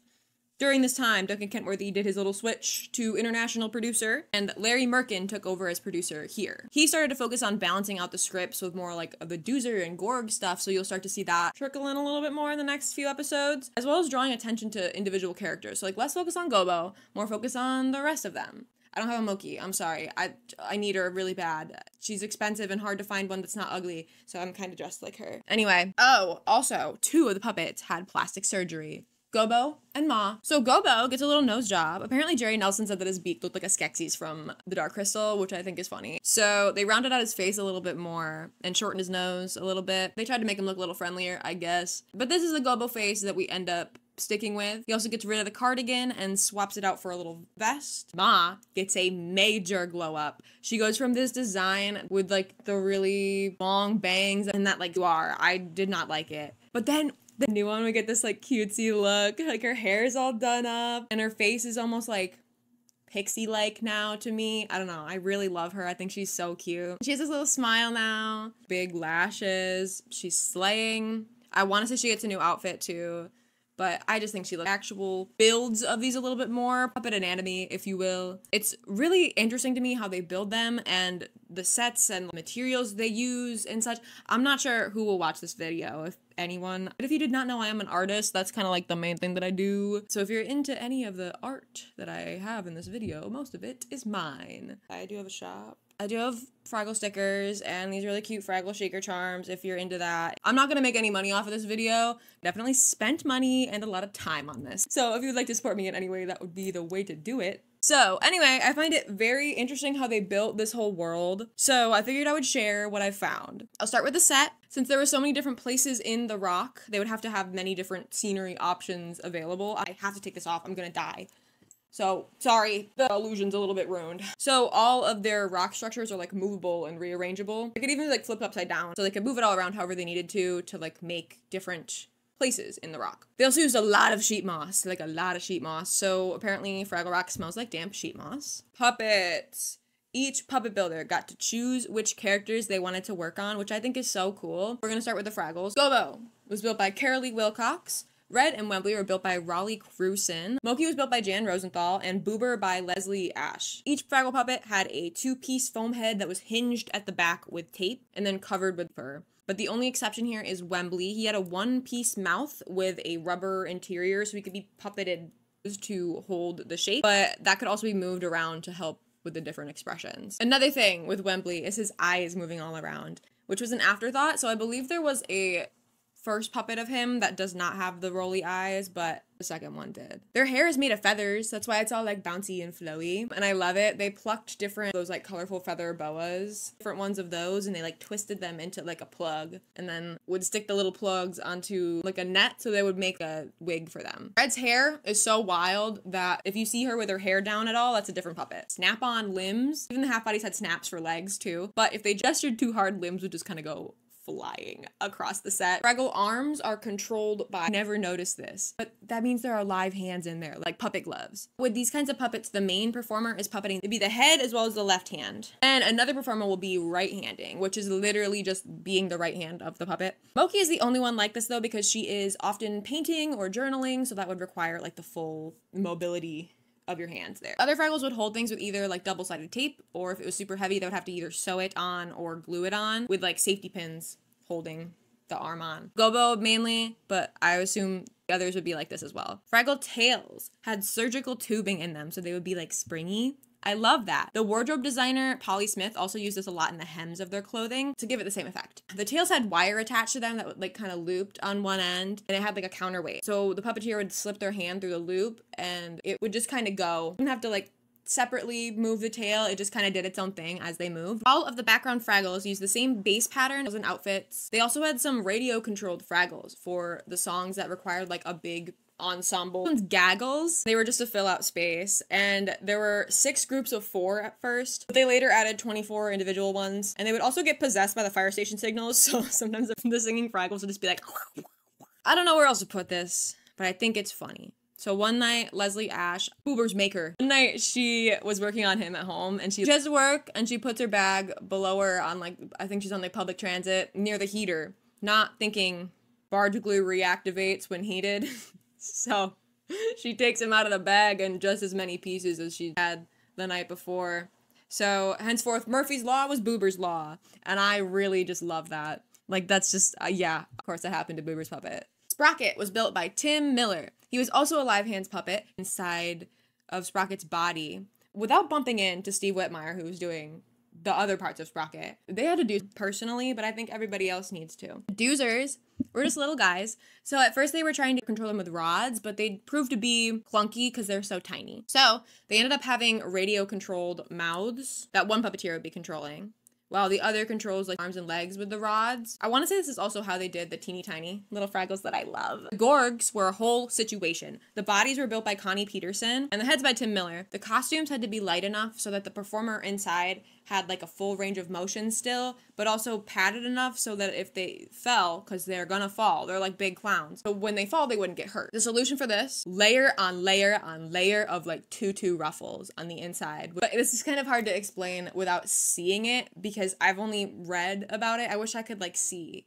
a diagram or something. On the inside between this harder nylon underlay, the boning of the puppet, it was between that and the outside, right? So it's just like a top and a bottom that zipped at the middle. They had these little shorts on that would like evenly distribute all the pressure. The Gorg heads were so tall that the performers were not going to be able to see out of those, right? Like no way. So the solution for this in the beginning is kind of like a screenish area on the chin that they would see out of, but it was super hard to see. And one of them had said pretty much any step over anything in season 1, leap of faith. Good on them. They really did a great job. Later on, they developed Gorg Vision. I'm going to talk about this even though I'm not sure it was implemented in this season. I will be talking about the later seasons, so I might as well mention it now. Gorg Vision was not perfect, though. It was like a little... Okay, so what it was, pretty much, they had a little camera hookup, right? They had a screen. I've seen conflicting placements for this screen. They either had it inside the body somewhere or it was like pretty much right in front of their eye. They had a little screen and there was a camera that went up into the Gorg's eye. So pretty much everything that the Gorg would be seeing is what they would be seeing. Because the helmets that they had on weren't literally bolted to their head. So if they moved, like everything would shift. So it wouldn't be like perfect as to where they were trying to look anyway. Plus it was like fish-eyed, I guess, and far away looking. So they couldn't really see that great anyway. The other one specifically that I have to talk about is Marjorie. She was pretty much a whole set. She was built up off of the floors. People could fit underneath her and like do their puppet things. And she had like a spiral boning inside her, and that's why she can collapse down, which I just think is so cool. I'm gonna say that a lot. There are other creatures in the rock as well. I'm sure you've noticed these are called extra beings technically, but I've also seen them referred to as cave creatures, and I like to refer to them as cave creatures. I didn't want to include them in the initial species board because they're not necessarily important to the plot in this season. They will be around, and they're very interesting to me. They were broken down into further categories, but I can't find too much info on this at all. I know some of them that were listed in the visual history book that I have were extraordinary flyers, fuzzy runners, and creepy sillies. I'm not sure if there were more, but that is what I know. I wish I could find more information on Philo and Gunge. I love them with my whole soul, and I can't find shit on them. They are an anomaly, and I really love that. Their names, no info on where those came from. What they are, no info on that. But you don't need it. You don't need it. They're Philo and Gunge. What do you want? Anyway, how are you? Are we doing all right? I'm not sure how long this video is gonna be. I imagine it's gonna be very long. Do you need a snack, a break, some water? Probably. It's been a really hot summer. Please take care of yourselves. Thank you. Oh my God, thank you. I've been so scared about this whole thing. I know we probably just met, but I love you. Anyway, we're gonna get back into it, all right? Production on the show resumed in February of 1983. In these episodes, they start to explore some more unlikely pairings to see how they would interact. So let's get into that. Episode 13, We Love You, Wembley. We're coming in hot with another favorite of mine this season. Doc runs into the workshop with a chandelier. Do you know what this is? You think you know what it is, but you don't. That he's planning on making into a combination smoke detector burglar alarm. He's ambitious, I'll give him that. Sprocket is not into that, so he just continues his nap. Wembley comes home with a big rock to help Moki out with something, but he slips and falls, and then he's like, wait, where's everyone? One by one, they come in, and Red's like, hey, do you want to help me with my racket balancing? Gobo's like, hey, do you want to come with me to get my postcard? And then Moki comes back and asks about the rock for her still life, but then decides that it's too lumpy. Red runs into the clothesline and knocks it over, and Boober gets upset. Wembley says yes to everything. Then he also told Boober that he would help him out and be his clothesline. Maybe a clothesline? Yes, you said you'd help. Wembley, think of it as a calling. Wembley is stretched way too thin. He's upset now and he sings a song. He's like, why am I always the one that's... Wembley finds a new rock for Moki, but she's like, actually, I think I'm gonna use cheese instead. So Wembley's like, okay, I'll go get that instead. He falls again because the rock is heavy and he gets trapped under it. And then this pink and purple Fraggle comes up. Her name is Lou. She is played by him, but she actually does care to help. And he's like, you You want to help me? She's a little bit of a smartass about it. I see. So you want to lie here with a boulder on your belly? Well, no, not exactly. You could have fooled me. And she's like, yeah, I got you, baby. Like, chill right there. Meanwhile, Boober comes back and uses him as a clothesline. And he's like, wow. She helped me. Me, Wembley. She comes back with his moss pack. And she's like, what is going on here? Here's your moss pack. What's all this? You'd probably feel a lot better if you just weren't doing all that. So she takes all the socks off of him. She's so cute with her little like apron and the beads in her hair. She asks if he's hungry and if he wants to come and grab a doozer stick. Now that's my kind of Fraggle. So Wembley finds Moki and Gobo and is like, hey guys, guess what? I just met a really neat Fraggle. Oh, what's his name? Her name. It's Lou.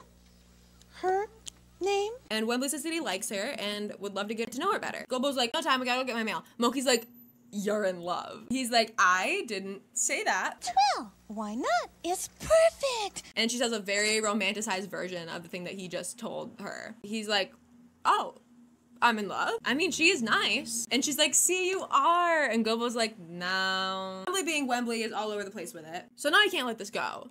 Moki's feeding into it a ton. Gobo thinks he's full of it. Gobo goes to get his card, and Wembley sings a song about who could ever love a wimp, but you should love a little wimp. If his color is green, you can plant him like a bean. I can truly recommend a wimp for a friend. He's 2 hot dogs. Hold the onions. Check. And he runs down to get some. Gobo gets his post. So they go, and Moki's like, what should he do? And Marjorie's like, nothing. Enjoy it. Relax. Go with the flow. Well, young Fraggle, love is not found in the market. It's not found under any bush, I can tell you. No, it's found right here. Now, come on, boys. Where are those love potions? Help me find the stuff. Oh, the stuff. She's got love potion number 9 for them, baby. Not number 9. Oh, not number 9. Whatever it is. She sings a little song about it. Lover, number 9.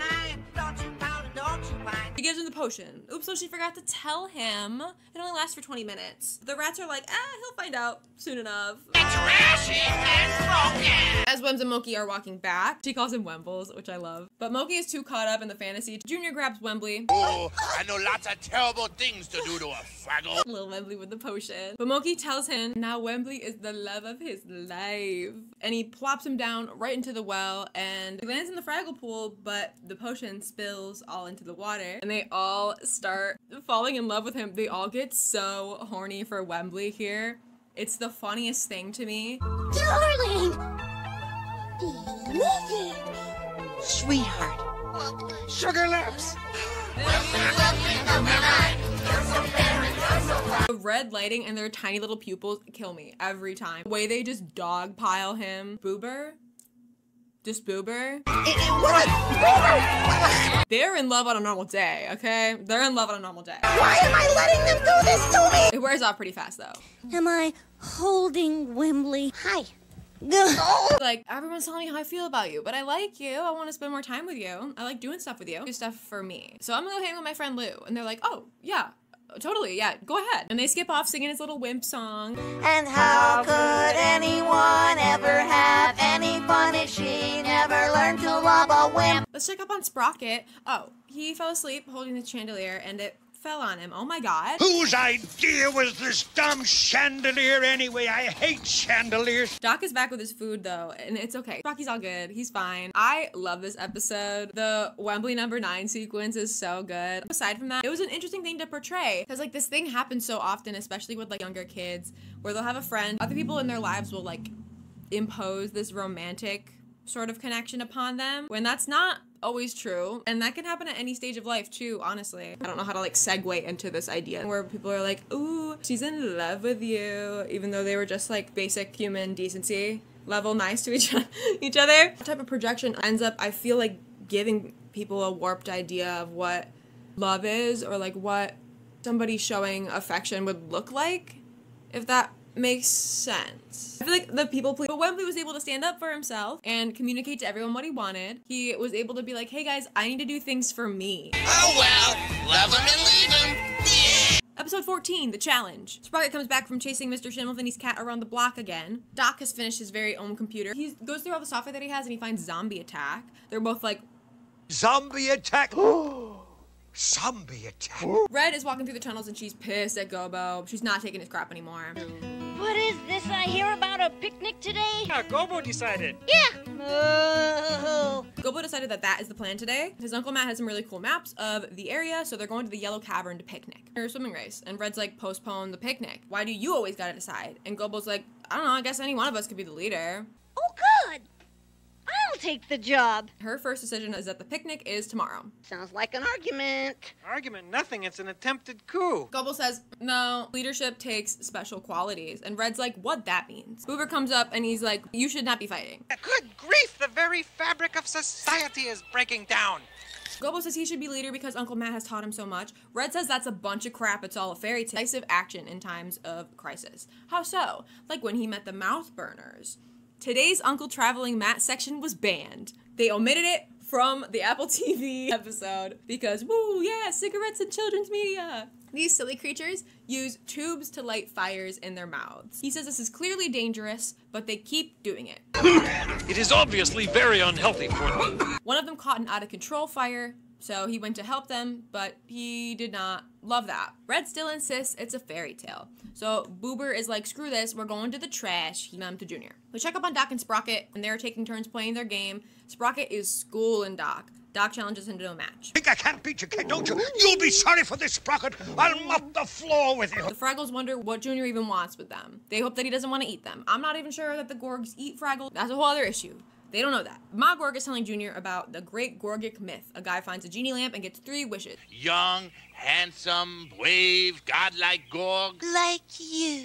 Like me. Pa Gorg says that it's nonsense and sends Junior to go pick pumpkins and parsnips. He remembers that he had something to tell Junior, but he doesn't remember what it was. So the Fraggles are safe for now. Gobo's plan is to lift the barrel and just make a break for it. Gotta hand it to you, Gobo. That's a simple and direct plan. Why, thank you. But I've got a better one. Junior sings the dum-de-dum-de-dum-de-dum song. His parents keep telling him he's dumb and it's getting to him. Therapy files. Put it in.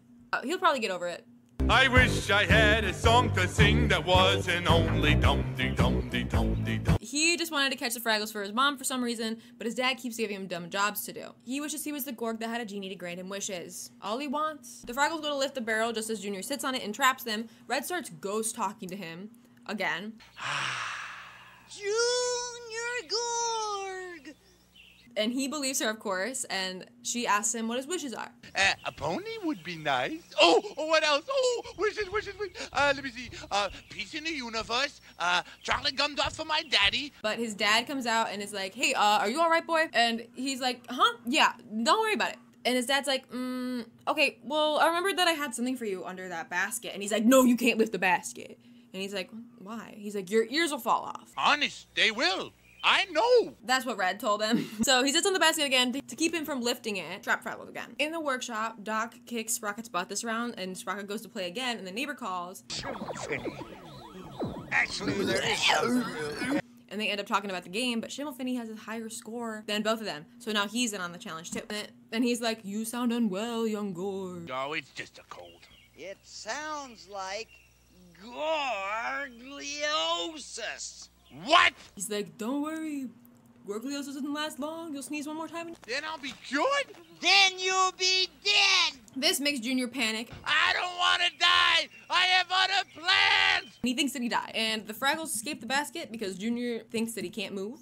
But he's unfortunately in the way of the entrance to the rock now. Ma and Pa also think that he died because he just dropped dead on the ground. Red tickles Junior to try to move him, but he just thrashes around. Boober's like, you guys have no respect. This guy just died. And this dude sings a funeral dirge that he composed in honor of his... Pick me up and lay me down and spread the news all over town. This is one of my jams, again. I'll say this a million times. And this gets Junior boogieing. But Ma and Pa are thrilled that he's alive. So they all dance together and the Fraggles escape. And oh my god, Schimmelfinny kicked Doc and Sprocket's collective ass. Never darken my door again, Schimmelfinny!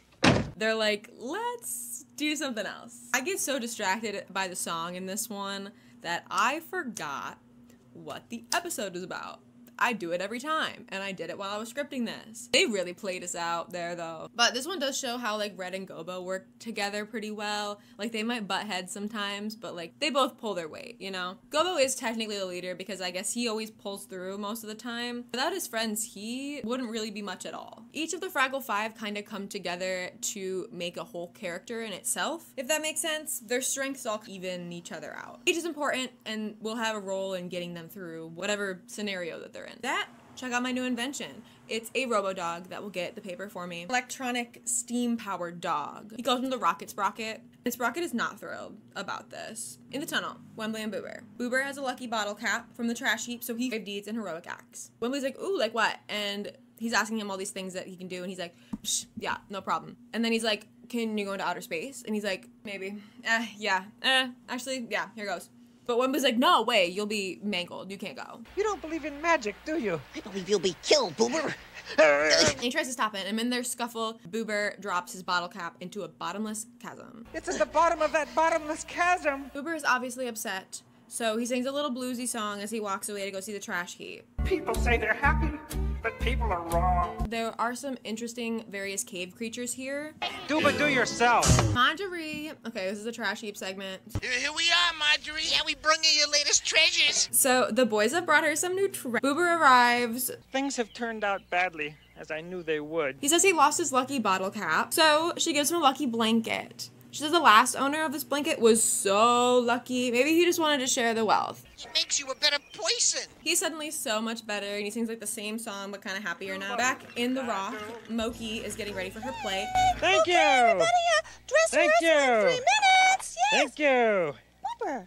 She asks if Boober will be in her play, and he says he can do anything with the blanket now. So she has him get in costume. I'm gonna play a fiery charger.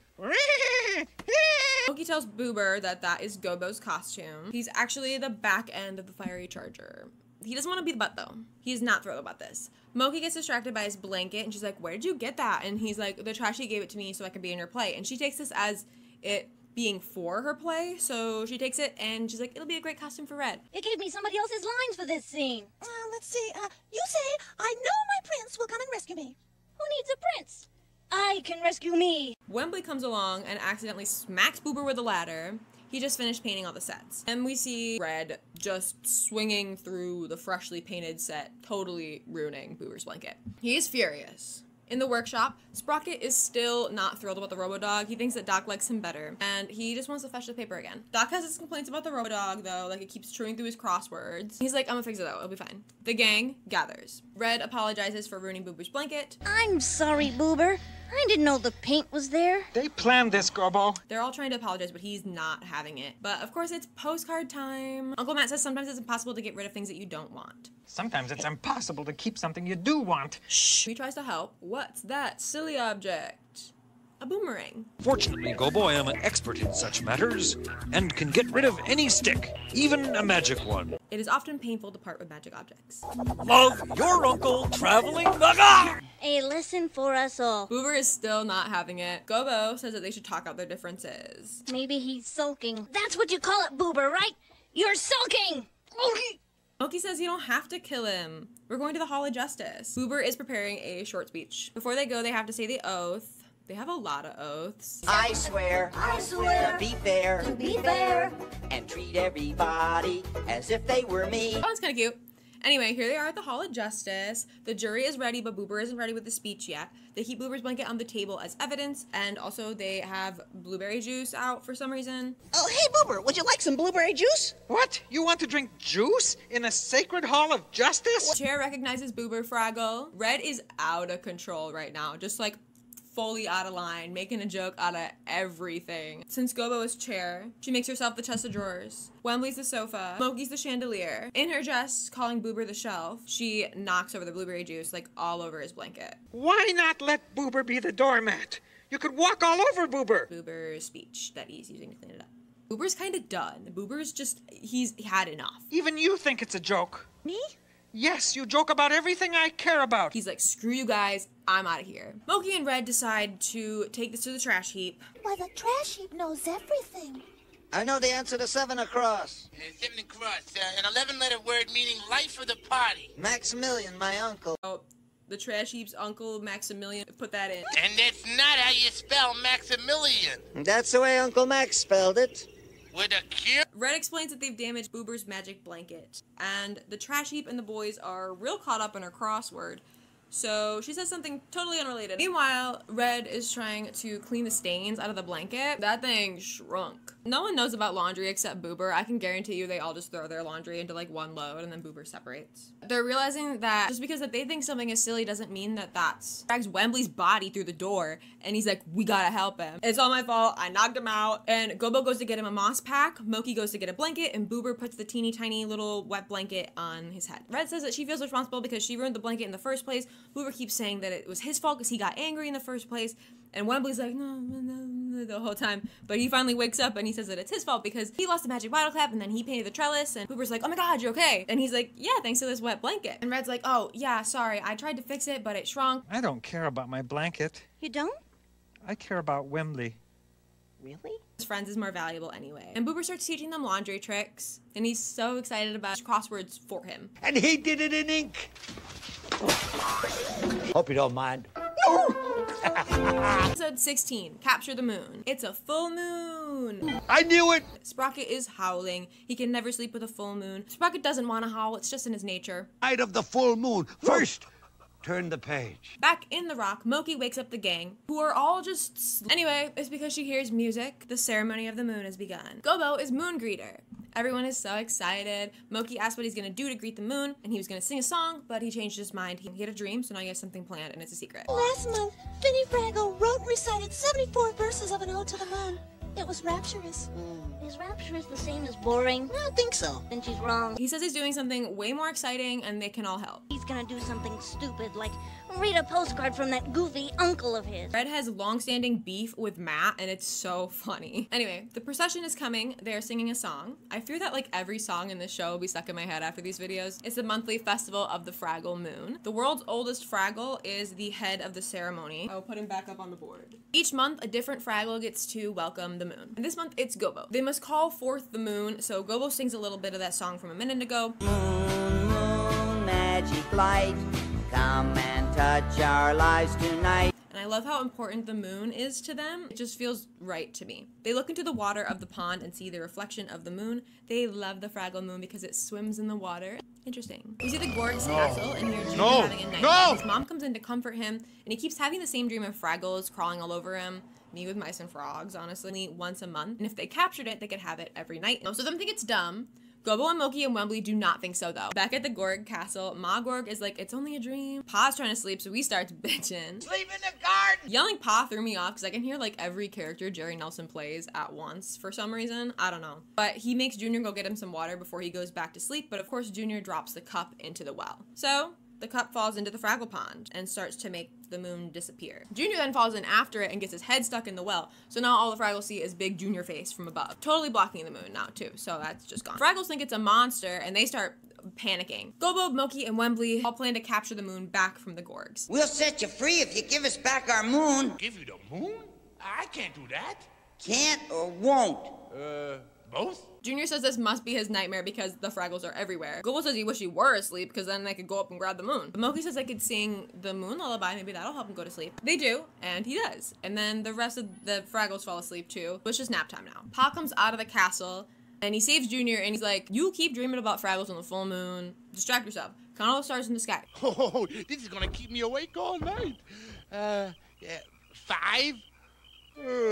Gobo wakes up and realizes Junior is gone. He says he has their moon, but they have to find the Gorg and they head off on their quest. On their way is traveling Matt time. Uncle Matt is walking along and he sees a wondrous sign for a rainbow farm. I was so excited. So this is where they grow the rainbows. He heads into the farm and he finds a rainbow egg.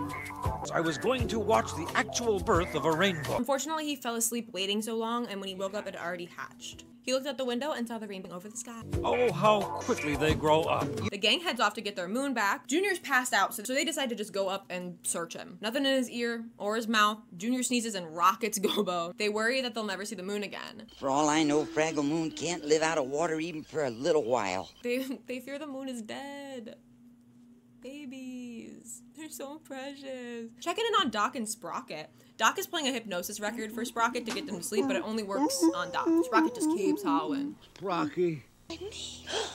It's inside the barrel. I love the light that they use for this. It's so simple, but it's such a cute detail. Bobo's like, the moon must have escaped by hiding in the barrel. Yes, it knows we're friends. It knows we're friends. That's so cute. Shut up. But they head back to the rock with their beloved Fraggle Moon. And Gobo did it. He captured the moon. They all sing and rejoice. Yay. Congratulations, Matt. Gobo. I'm not Gobo. I'm the world's oldest Fraggle. They look in the bucket, and the oldest Fraggle is like, what? There's no moon in there. You're talking silly talk. Gobo swears it was there. But Wembley noticed it's back in the pond. And Gobo's like, it kept moving till it came home. Please. Please. They're precious. But he's like, Moki said the moon's beauty is part of us. And like, she was right, I was wrong. I don't need to capture the moon. Like, I don't need to have it myself. We can all share its beauty. The ceremony of the moon is over. Everyone goes back to bed. But don't you kind of feel that the whole thing might have been a dream? We see Sprocket finally gets to sleep. Oh, I hope that I'm really asleep and just dreaming that I'm wide awake. Did you notice anything missing in this episode? I did. There's a big lack of Boober in this episode.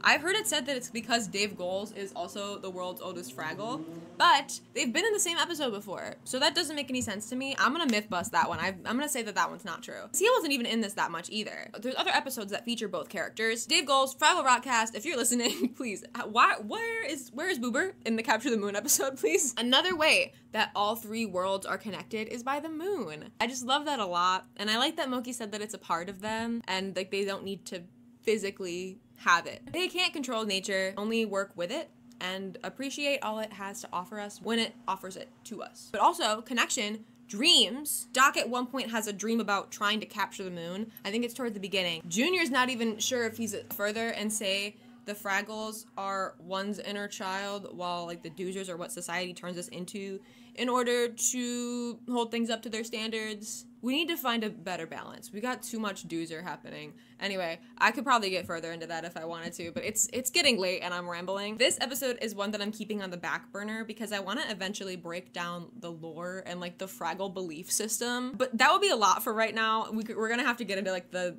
later seasons for that. Please, sir, it's half past the middle of the night. Then go to sleep. Oh my god, we're at my favorite episode! Okay, it's getting late. It's about 10:25 p.m. right now. I've been recording since about 3 o'clock. This is usually what I say my favorite episode is. It is a heavier one. Shout out David Young. He is the writer of this one and I think a handful of my favorite episodes, to be honest with you. There's a few more even in later seasons that it's David Young. Anyway, episode 17, Marooned. It's a blizzard. Doc has a barrel full of Mr. Meow catnip. Sprocket hates catnip, but it drives cats crazy, especially Mr. Schimmelfinny's cat, Fluffinella. But Doc's gonna make it smell like everything dogs love and turn it into dog nip for some reason. Gobo is in the kitchen, chefing. What are you looking at? Nice apron.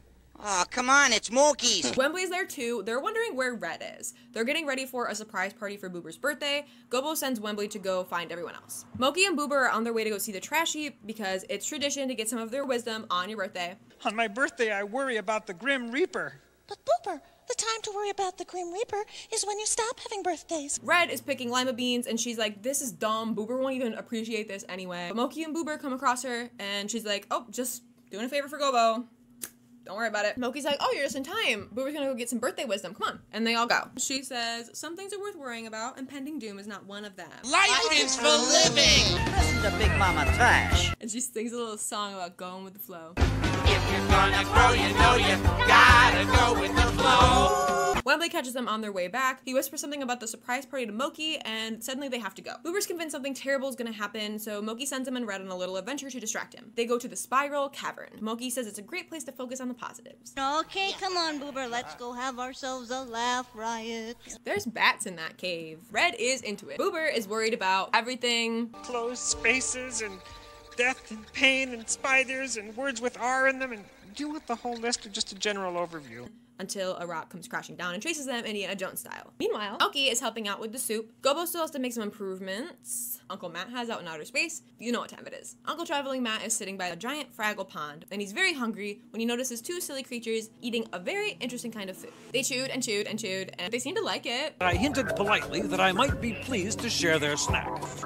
The clever girl creatures got my message and gave me a taste of this odd food. But then he looked back at the silly creatures and their tongues had inflated and exploded right in front of his eyes. Traumatizing. So he spit that out. What's that silly thing? Bubblegum. Oh shit, sirens. There's been a cave-in at the Spiral Cavern. Panic ensues. That's where Red and Boober are. Red and Boober are trapped inside the cave in a tiny space. Yikes. Immediately, Boober is doing better than Red. She is panicking, like, right away. And Boober's like, you gotta chill. Red, we gotta cope.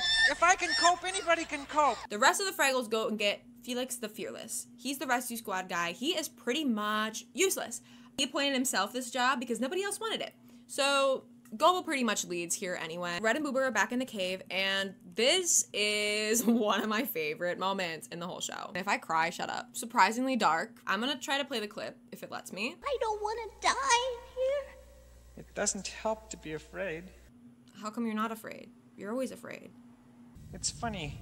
I'm not nearly as afraid as I used to get when I just thought about awful things happening. You were always the brave one. A lot of times, I was really scared. Red's braids are droopy here. That happens when she's upset or scared, and I think it's cute. They're happy to be together in this moment, at least. They can't do much except for think of their friends and just hope for the best. Fraggles find Boober's scarf stuck in the fallen rocks.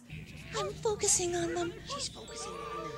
Focusing on the positive. Gobo's like, I'm focusing on moving the rocks to get them out. He worries this might not have a happy ending though, so he tells Wembley to help her out thinking positive thoughts. I'm gonna focus on the positive too. Oh hey, what about Doc and Sprocket real quick? Remember there's a snowstorm? I didn't. There's no power and the snowplow can't even get through. The neighbor's cat is stuck here with them too. The catnip lured her over, but she can't make it back across the street in the storm. Sprocket's been thinking about it, and he gives a puppy speech about how in times of need, they gotta put aside their differences, and he lets the cat sleep in his bed. And the cat goes right up and snuggles with him. Okay, back to impending doom. The Fraggles always help them, and they're gonna try to hang on just for them. They're like for real running out of oxygen as this goes on. Boober hears no more movement and worries that they stop trying. This part, I'm gonna try to play a chunk of it for you. But again, I'm gonna read it in case. This is the part that gets me every time, so I apologize in advance. I feel kind of giddy. Yeah, giddy and tired. You know what that means, don't you? We're running out of air. What do you think it's like to die? I don't think anyone knows. I remember one day I was doing my laundry. And then this big soap bubble floated right up from the tub. And there it was, in front of my face. Beautiful and shiny. And then it was gone. And Red starts to cry, and me fucking too. I don't know if you can tell my eyes are watering. Shut up, shut up, shut up. This episode is so good. Boober says not to be sad, but she can't help it. It was fun while it lasted. All the good times and the songs and the laughs and stuff. You always said you never liked that stuff. Well, sometimes I liked them. I'm sorry? Don't go to sleep, okay, Red? Are you kidding me? How am I supposed to be normal about this show? How the fuck am I supposed to be normal about this kid's show? I always think I'm not gonna cry, and then I fucking do. I hate this show. Just kidding, I love this show. The Fraggles reattach the harness and they go to try again. Gobo says it's gonna move this time, and they pull again, and they've broken through. So they all go up and they pull till they get them out, and they save them. Woo. Oh yeah, happy birthday, Boober. And Red's pigtails move up and she's happy again. And they have a party. The two of them agree Red being afraid and Boober liking fun is a secret. Doc finally clears off the walkway and sends the cat back home. Sprocket is relieved and all is well. Hey! Are we good? Am I good? I feel like me just explaining this episode doesn't really hit the same, but oh my god, the most simple and yet devastating writing. I love it. Amazing, brilliant, beautiful, no notes. I love a Muppet contemplating its own mortality. Ugh. Give me the silliest things on the surface with the most random, soul-shattering moments, and oh, I'm here for it. I'm all for that shit. Truly, I think seeing this episode is what solidified this being like a thing for me, though. Like, I watched this one in high school for the first time, and I was like, I'm depressed, because like, who isn't in high school? But I got to that, and I was like, Are you kidding me? I didn't think my comfort show right now was gonna come and roundhouse kick me in the face. It was exactly what I needed though. The soap bubble? Shut up. They're mines. To the side, not this. Different thing. This will probably benefit from. That's for later. Episode 18, The Minstrels. So we got a little dark there. Let's lighten the mood a little bit before we take another break. Doc is working on a doorbell. It's just a bunch of pots and pans. He wakes Sprocket up with it, and then he uses this dog food can as part of his contraption. Sprocket is distressed. He just wanted to eat, dude. Doc hates people knocking. He would rather people announce their arrival with dignity and style. He has Sprocket go outside and test his new doorbell, but accidentally locks him out. Serene music throughout the rock. The Fraggles start to wake up, wondering what that is. Red, however, is already up, so she could be the first one in the pool. She's like, wait, why is everybody else up? They all hear this beautiful pipe music. A bunch of guys come out. There are creatures who live in unseen areas of the rock. These are some of them. They like travel around. They are singing a song, and it makes the flowers bloom. It's Candace! Candace! This is Jim Henson himself, baby. Anyway, this is yet another absolute bop. Play me wide, play me long. The other guys that are with him are the minstrels. They wander the rock, finding Fraggles, and when they're near, the Fraggles sing a medley. We are near. One Fraggle must be the first to sing. Candace, which by the way means music, he is like the concept of music, and that it is everywhere. But he assumes that Red is the leader, and she asks the rules. There are no rules. And those are the rules. Sing their song. Moki's like, where'd you get that pipe? And he's like, it's a magic pipe. By a mysterious and invisible... A mysterious and invisible... A mysterious and invisible what? I don't know. It was so mysterious and invisible. He tells them all to go find their songs and meet back at dawn tomorrow. Boober says he don't know about this, so he's out. If you want me, I'll just be in my hole. Red's not sure where to look for her song. Down a dark tunnel... in Gobbo's bed? I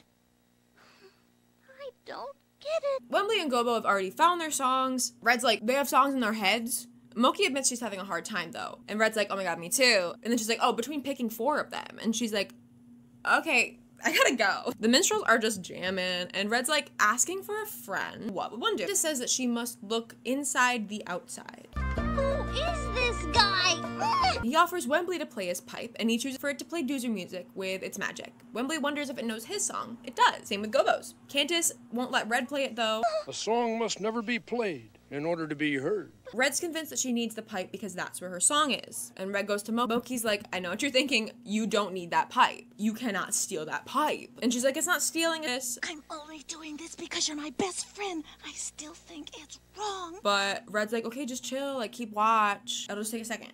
I'll get this over with. So she goes to blow on the pipe, and at first it only trumpets, and then it starts playing a tune loud as hell and like dragging her away. Moki follows, trying to help. Junior Gorgas in the tower, but he falls out of it. Dum-de-dum-dum!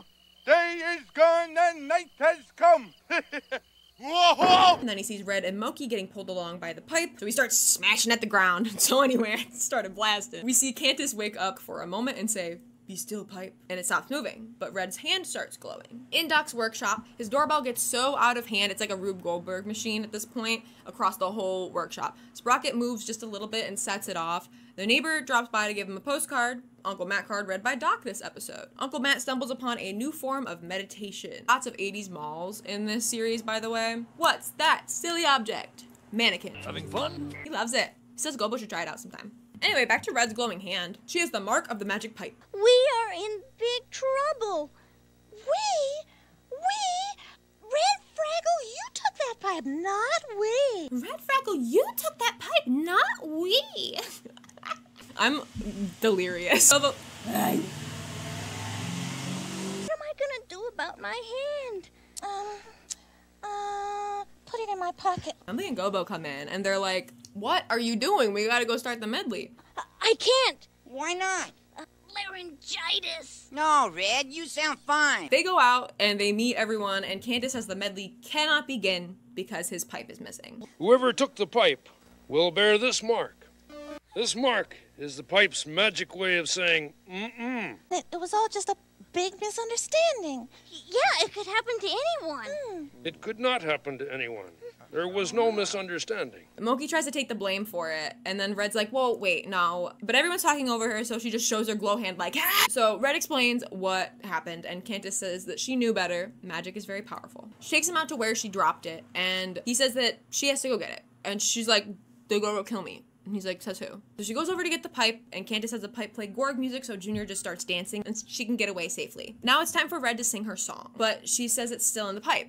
Candace says, no, for real, it's in you. Without you, the pipe would be silent. She just keeps saying that she doesn't have one, but Candace's patience is wearing thin. I fear I'm losing my implacable calm. I've never had a song. You've always had a song. All Fraggles have songs. Listen for a second. So she does, and her hand stops glowing, and she hears something. Personally, what I get out of this one is that you cannot seek out an answer to a creative problem. I've learned this many times from experience. You must be open to the universe and let the inspiration come to you. I described this whole video to my friend as a, like, ass video. It so is, but, like, I truly believe everything that I'm saying, okay? Another thing is Candace himself and the idea that music is everywhere and it connects us all. So as I list of the ways that we're all connected, I mean that the Fraggleverse is all connected. Jim Henson said in the documentary, music is one thing we all have in common. We all have things in common because we're all part of a global community. And I love that. Anyway, Doc decides to get rid of that doorbell, and he's like, actually, I like knocking again. It takes up less room. So we are almost done. I have 6 more episodes in this season for you, but it's a lot, you know? And I just gotta let you sit with that for a sec. So intermission again. Just a little one. I hate being like, I'm an artist. But I am, you know this. So naturally, I want to talk about the art direction of this show. The art director was Michael K. Frith, Moki's husband. Just kidding, he's a little bit more than that. He pretty much created the whole look for this species and their whole world. His world was more so publishing before he worked with the Henson Company, and he worked pretty closely with Dr. Seuss. And after looking at the Fraggle style again, I was like, oh yeah. Oh my god, of course he worked with Dr. Seuss. The original concept for Fraggle Rock was called Woozle World. And honestly, I could make a whole similar to the final product, so I don't feel the need to dig into it here. It evolved into what we know as Fraggle Rock now. The design for Fraggle Rock was inspired by a real place. I had no idea about that at all, but the Crystal Caves in Bermuda. They're crazy. They're like Ice Age caves underground with like crystal clear water. But Michael Frith grew up in Bermuda, and he went there as a child and was always fascinated by how they were discovered, which was like, there were 2 little boys playing cricket in like the 1900s, and one whacked a ball and see like all these crazy caves that nobody ever knew was there. I also think that's pretty cool. But he got the inspiration for the whole into like the human world from the 1952 book, The Borrowers. He liked the idea of them living in the wall and like getting out into the human world and taking things for their own world. It evolved quite a bit, clearly, but it's interesting to see where like the starting points were. He also said, jokingly, that the Dark Crystal was a $25 million research and development project for Fraggle Rock. I can totally see that with all the little creatures especially. Also, not to pit them against each other, but do you lean Labyrinth or Dark Crystal? I feel like there are categories of people, but me personally, I fall into Labyrinth. Let me know. Thank you. Anyway, so good they didn't call it Woozle World. That might have started wars. Sip some water though, we're jumping back into the final stretch of the season. Episode 19, The Great Radish Famine. Doc gets a call from his neighbor Ned Schimmelfinney. Doc's telling him about how many miles per gallon that his car that he fixed up to save gas is getting. And his neighbor laughs and's like, I've been adding gas to your tank every night, so you're not really getting better mileage. And Doc's like, this is no laughing matter. Our friendship is at an end. Go and never darken my phone again. Sprocket's losing it. But Doc's like, screw this, Sprocket, let's go play football. But they don't have a football. They used to borrow Ned's. And then he's like, oh yeah, maybe we can go play our new game. It takes 3 players. Who needs him? Ooh, we start with a Marjorie section this time. This is actually a very Marjorie-heavy episode, so the Rat Boys wake her up because she's having a nightmare. She's all shaken up, but they're like, it was just a dream. This was no ordinary dream. I appeared to me in my sleep. You appeared to yourself? So they ask her what it was about, and she says, why can't the Fraggles and the Doozers and the Gorgs all get along? Why can't they understand each other? Why can't I bring them together? It's time to teach them a lesson. With magic. But not with magic, though. Yeah, no magic, right, Marge? Yes, with magic! So she gets all the radishes in the Gorg's garden to come to her. Everyone needs the radishes, so this is part of her plan. She's in one of her save the world moods. We see Moki in the rock, writing in her diary. A sad poem about lost friendship. Oh, Moki, there you are. Then you haven't died in the night. Moki's job to pick the radishes every morning. And since there are no radishes down there, I thought you had died. Moki just forgot. So she heads down to the garden and she grabs a little doozer construction on the way for a snack. We pass a doozer writing in his diary. He has had an exciting week working his new job in the radish mines. Doozer sticks are made of radish dust, but they cut up radishes and take the pieces to the mill where they get ground up. The doozers head off to the radish mines. Moki gets to the garden, but the Gorgs are there. Ma tells Junior she's preparing a new batch of the Gorgs' famous Youth and Beauty Cream. Why are you always making new batches of Youth and Beauty Cream? Already beautiful. So he goes to pick more radishes for it, but there are no radishes. Moki's like, and heads back to the rock. The doozers are panicking too. Marjorie's plan is starting to work. You think so, huh? When they see they share a problem, they'll see how alike they are. Boys, we're going to make something of this place. I can feel the spirit rising. That could be indigestion. Game convenes minus Gobo. It says they should all call a town meeting. But everyone would panic. Oh, bad idea. But it's time to panic. Good idea. Quiet, Wendy. Oh, good idea. Gatherer. Boober is distraught. Moki's like, look at the doozers. They're chilling. Like, they wouldn't panic. But they are definitely panicking. Pa makes Junior plant more radishes. He says that it's not really a beauty cream. It's an anti-vanishing cream. If they don't use it, they'll vanish.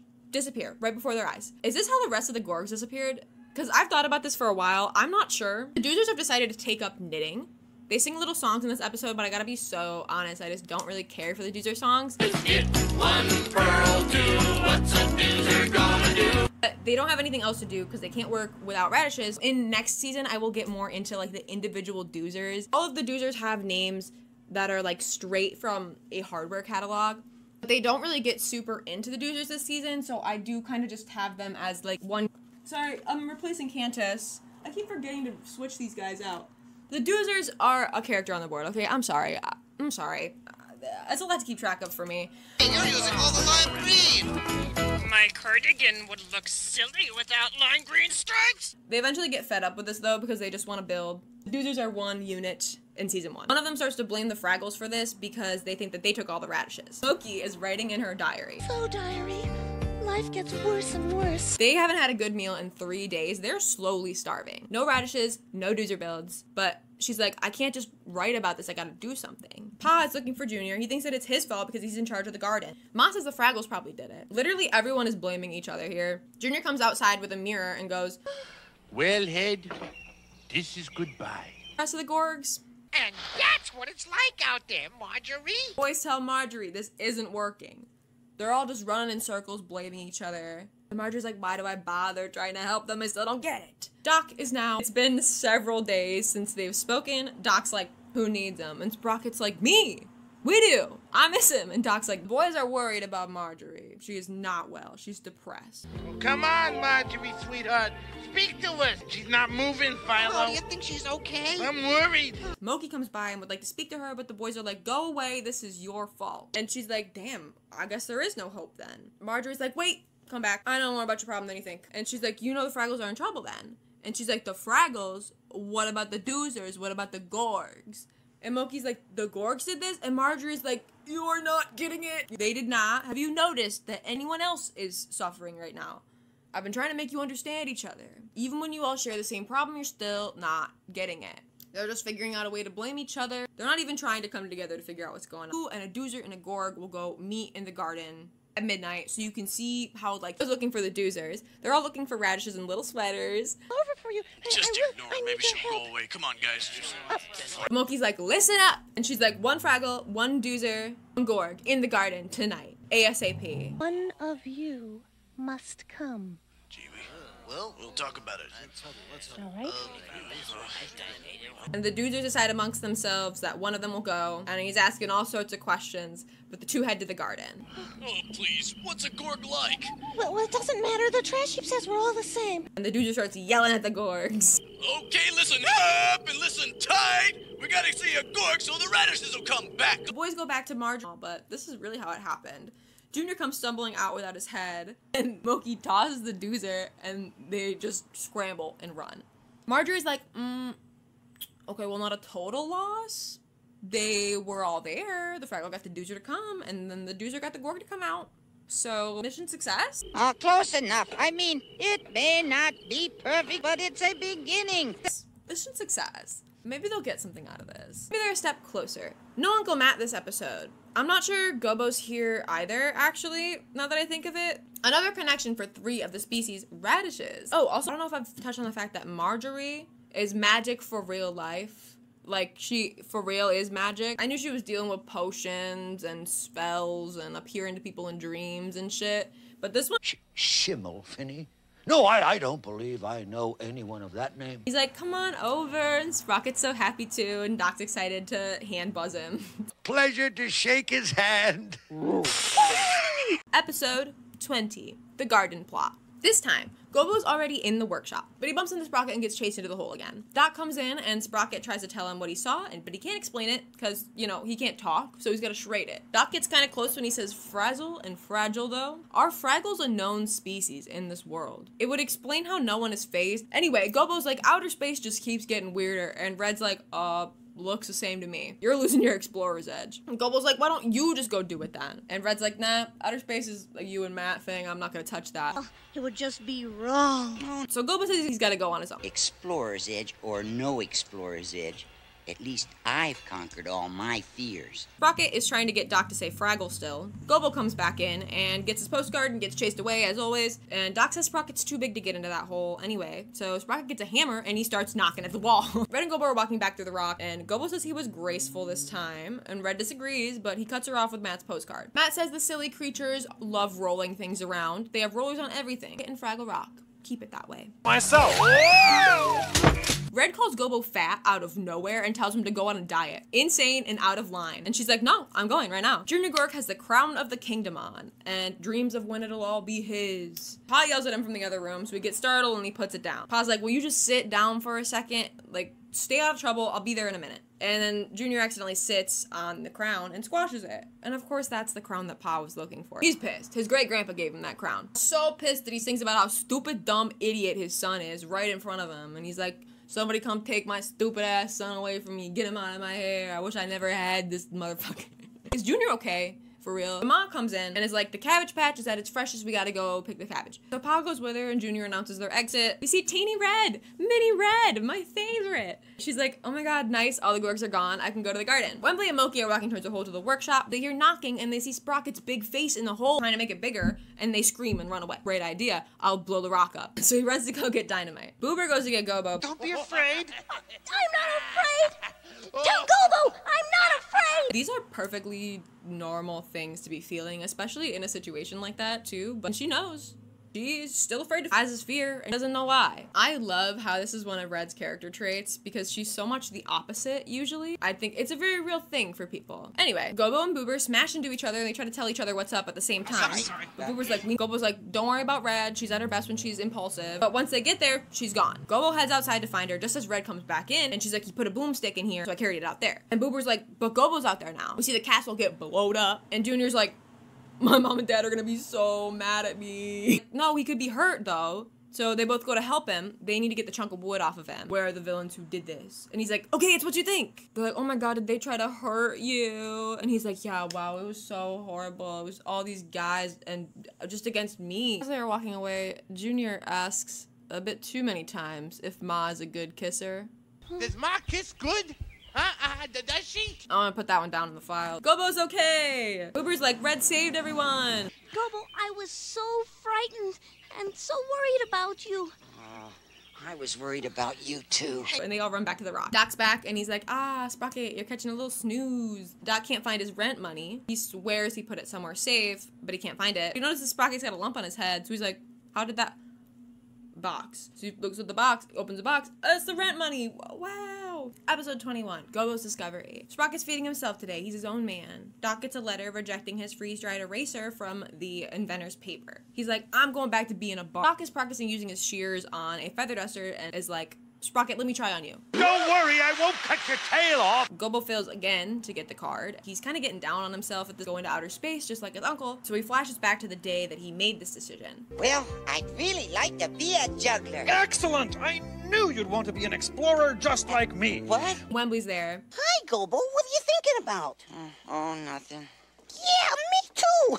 He's like, we can go later. Boober's like, no, we gotta go right now. And if I don't finish the laundry, there'll be odors. How to find it, and Wembley asks if he's okay, and he's like, yeah, I just got a lot on my mind right now. And he reads an old postcard from Uncle Matt. Uncle Matt says, sometimes it gets real hot in outer space, and he finds a nice cool place to rest, with nothing on. How undignified! He tries interviewing one of the fluffy creatures, asking them if slicing off their fuzz is the best way to keep cool.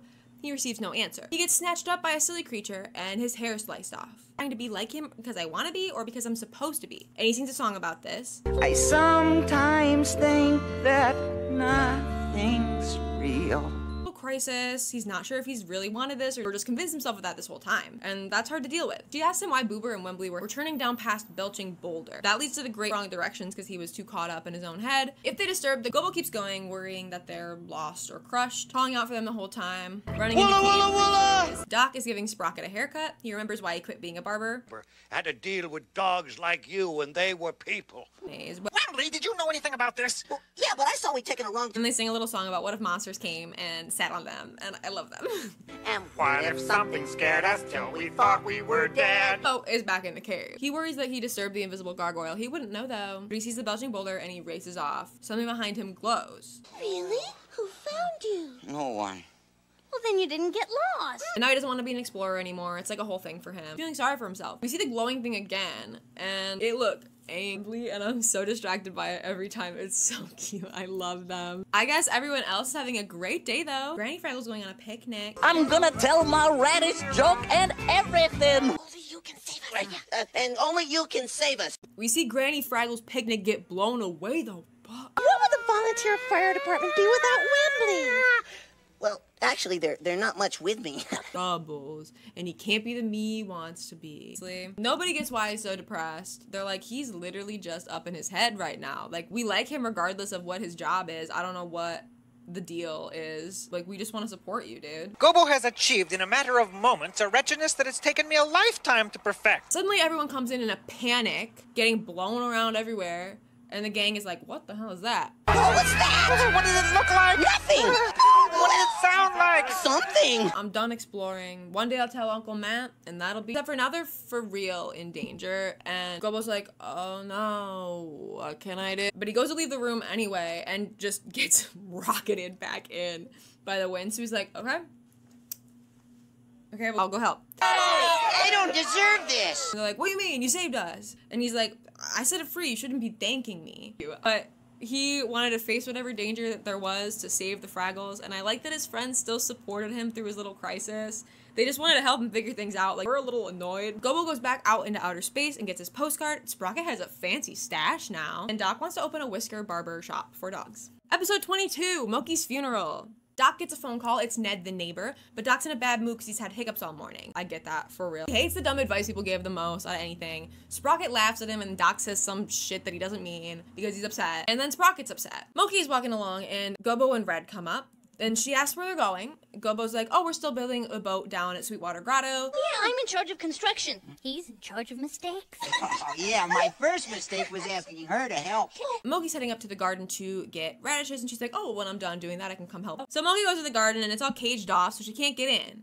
And she's like, it freaking stinks. Turns out there's a trap, and Junior put a garlic gumdrop in there to try to use it as bait, but the Fraggles are like, that's gross. So it doesn't work. Ma wonders why Junior wants to even catch Fraggles. This is my favorite Junior line. It's hard to explain. Because they're there. I don't know why that gets me every time. It's such a little kid response. I love it. Anyway, Moki's like, I should go get Red and Gobo. Wait a minute. Trash heap, we won't get wisdom. We'll die without ever knowing why. That her plans suck. Moki's like, fine then, it doesn't matter, whatever, and she just walks away. And Gobo follows her, and he's like, I want to know what you want to do. And Moki seems to have built, or maybe knitted, a replica of herself, named Rags, to be used as sacrificial princess. You don't mind being sacrificial princess? Oh, good. Before I set you free. He's sorry, he didn't mean it, he's just upset when he has the hiccups. I gotta go now. My dog is mad at me. The gang is bored. They've been waiting for Moki for hours. All of the not so nice things that they're saying about her. But they see her and they're like, oh my god, wait, no, just kidding, just kidding, come back. But she runs away, of course, because they were being assholes, and she goes to do her plan. So she throws the fake Fraggle into the trap. And she hears Gobo and Red coming though, so she hides really quick. I don't want to talk to them. Junior is fooled by the fake Fraggle. Gobo and Red come up to see the fake Fraggle, unaware of Moki's plan. So they're also fooled by the fake Fraggle. And they're like, especially because Junior says he killed a Fraggle. Moki can see them though, where she is, and she's like, They think it's me. Maybe I'll just let him. Maybe I'll just let him. I keep doing the Moki voice. It's not very good, but I can't stop doing it. Her little giggle is the cutest thing to me. I love her. Anyway, we see Junior feeling remorse, and he's like, Moki meant to pop out and let them know that it was her, but she was a little late, and she's like, oh, this is not what I planned. Harriet? And he's like, I want to have a funeral. And his mom's like, that's sweet. I'm not sweet. I killed it. Is it? Okay, if you can hear the drunk people on my street, I sincerely apologize. I can't stop them. Moki's yelling like, no, Red, oh my god, I'm okay. Like, she can't get to where they are to tell them. Junior's having a funeral, so he sings a little funeral dirge, and he's like, it was just a prank. He's gonna bury her in the garden. Do I need a tombstone? No. Tombstones are for names. Fraggles don't have names. Her name was Moki, and she had friends that loved her. Junior goes to check it out. No Fraggles. Thank goodness. These funerals are emotionally exhausting. It's a dummy. And they're like, oh my god, oh, you're okay. They're thrilled, and they tell Junior it was a dummy, and he's also thrilled. So they all go back to their respective areas. The gang decides to let Moki name their boat. Boober apologizes for making fun of her poems. Moki decides to name the boat the White Bird after her poem. We see little Moki and Boober in the boat, and she's usually thinking of something that nobody else is thinking of. Even though they might think it's silly, it typically works out for her. Her mind just works on like a different level than theirs, and she's usually thinking of more creative ways to get them out of something. So like, it's not a bad thing. Do not limit yourself in your mind. You're capable of more than you may realize. Sprocket is back inside. All is forgiven. Doc's hiccups are gone. There's a pretty sunset, and now Sprocket has a cold. His turn to be grumpy. Episode 23, The Beast of Blue Rock. Sprocket is sick. Continuity, baby. But he's miserable. I get it, buddy. Doc's made him dog food gumbo to help him feel better. Sprocky does not want to go to the vet. Wembley is running. Oh boy, oh boy, oh boy, oh boy, oh boy, oh boy, oh boy, oh boy, oh boy. He comes up to Gobo and he's like, guess what? I don't want to guess, Wembley. Oh, well, I'll come back when you want to. Gobo is reading about an uncharted territory in the universe, the lair of the Beast of Blue Rock. No one has been able to face the Beast. Blue Rock is only visible 2 days after the Doozer equinox and disappears for a whole year. Gobo is determined to go no matter what. Flash to how Uncle Matt would handle things. He's passing through a neighborhood. He notices the silly creatures were taking their garden pets for a walk. They're loud and boisterous, and they don't seem to need to eat. Confidence can tame any beast, but don't count on it. They're lawnmowers, and he runs from them. Anyway, Gobo's planning on going to Blue Rock tomorrow, so he's like, you should all come with me. Wait till I tell Moki and Red and Boober. Oh boy, oh boy, oh boy, oh boy, oh boy, oh boy. Uh-oh, that reminds me. Oh boy, oh boy, oh boy, oh boy. Wembley's like, oh, no, Red Splashathon is tomorrow. And Large Marvin's there, pretty big competition, you know. So we were supposed to do that. And Gobo's like, well, you gotta pick, Wembley, so you decide. Oh, well, let's see, does it, Yeah! And Wembley gets thrown across the room by having to make a decision. Me too. Cut to the gang. Red's like, you want me to miss my own Splashathon for some dumbass cave? So they all vote on what to do. Moki votes to go with Gobo. Boober's out. He's with Red. Just because you want to meet the Grim Reaper halfway doesn't mean I have to. Wembley has a deciding vote. Come on, Wembley. I thought we decided you're coming with me. Well, you decided! This vote is rigged! Oh. He ultimately chooses to stay with Red. The vote goes against Gobo, and he's pissed. Don't feel bad. You didn't lose. You came in second. Yeah. Because Wembley wembled again, and now Gobo's like, I'm going anyway. I don't care about the vote. I don't need you. Some friends you are for voting against me anyway. But that doesn't mean we're not friends. And Wembley's like, well, let me help then. And he's like, no, I don't need you. I have rights too, you know. I have the right to be indecisive. He still wishes him luck, though. But Wembley's pouting because Gobo left him alone. He's never spent the night by himself. Poor baby. He sings a little song about facing things on his own. I guess it's time to face it on my own. Back in the workshop, Sprocket's trying to convince Doc that he's fine. He doesn't need to go to the vet. So not fine. And Doc's like, dude, you're delirious. Like, we gotta get you to the vet. You're losing it, man. Sprocky, we're gonna be late. Boober shows up to Wembley's room. And he's like, Wembley, what are you doing? We gotta splash soon. Y'all live like this? Who just keeps like a pickaxe lying around? And Wembley shoots up out of bed and he's like, a pickaxe? Gobo was supposed to have that. He can't break into the rock without that. So Wembley goes to the trash heap. Yeah. She's like, don't sweat it. He'll improvise. Oh, what? Yeah, let him use his fingers. But he's like, it's blue rock though. I gotta help him.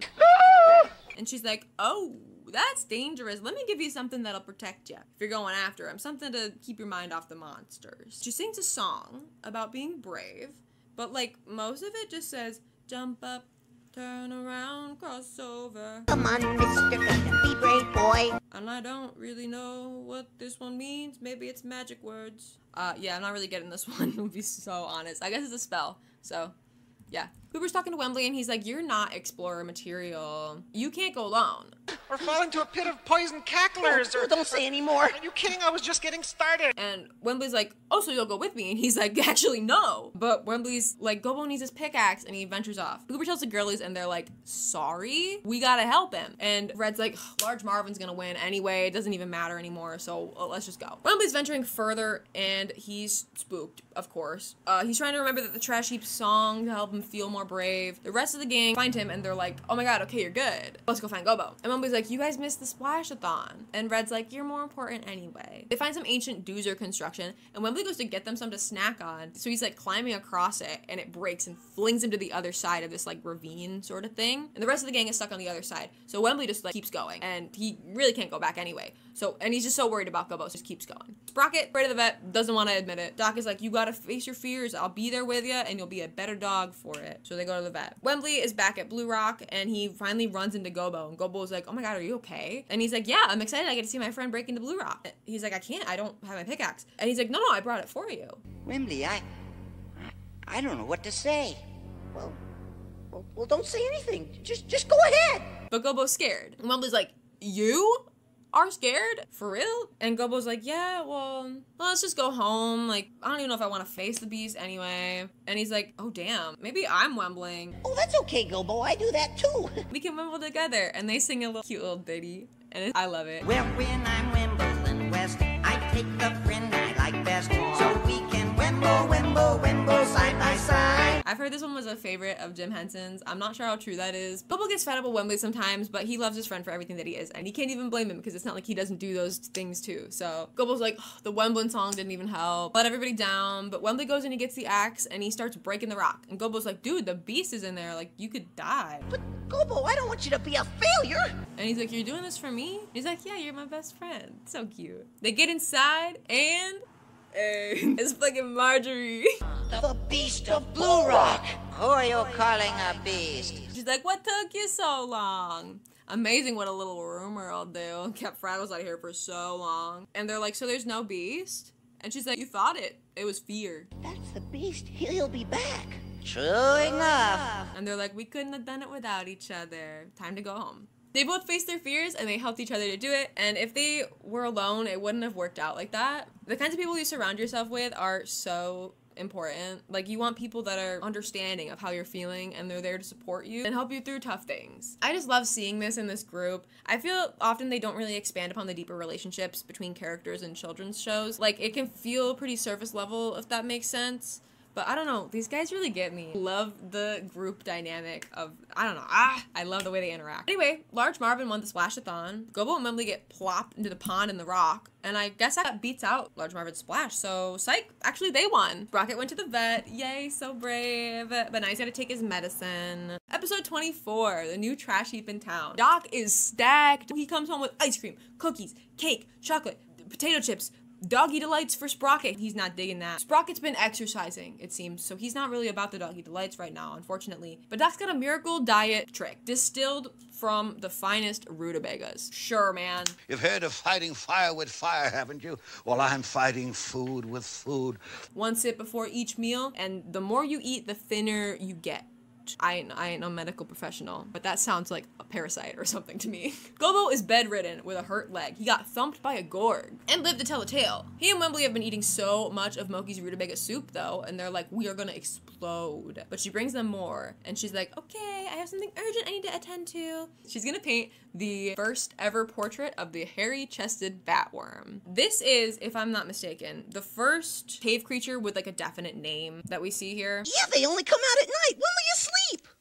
I won't. Uncle Matt says that it can get tiring of finding places to explore. His feet hurt. He's resting for a moment when he notices strange bouncing things with huge tails and little passengers in their pouches. They're transportation systems. Kangaroos. I would assume this is one of the ones that they did in Australia, as well as like the boomerang one. This did not take Gobo's mind off of his leg at all, but it put Wembley to sleep, which not the first time. Marjorie is knitting the boys some clothes. Hey, Marjorie, are you sure this is gonna fit?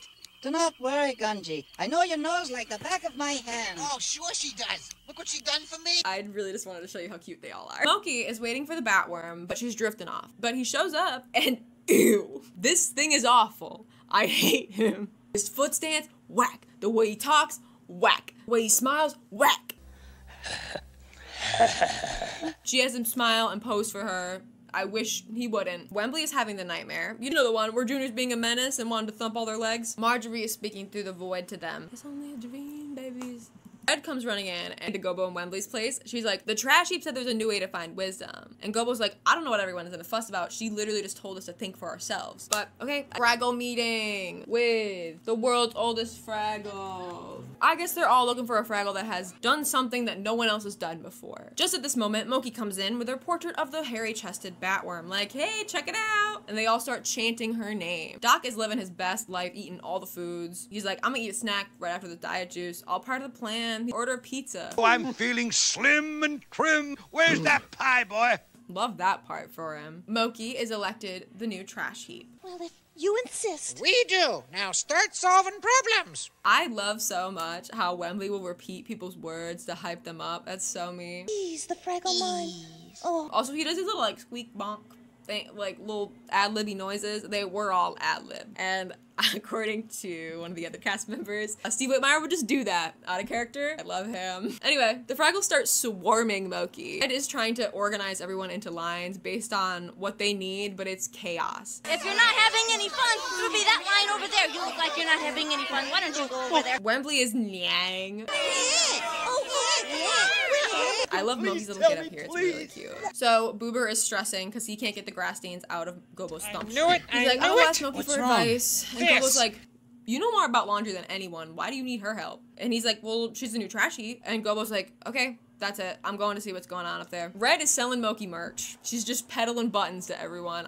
Me selling my Fraggle merch. Only one to a customer unless you want two. Boober's talking to Moki about his laundry, and he's like, I've tried everything, and nothing works. And Moki's like, oh, I hate seeing unhappy. I don't mind being unhappy.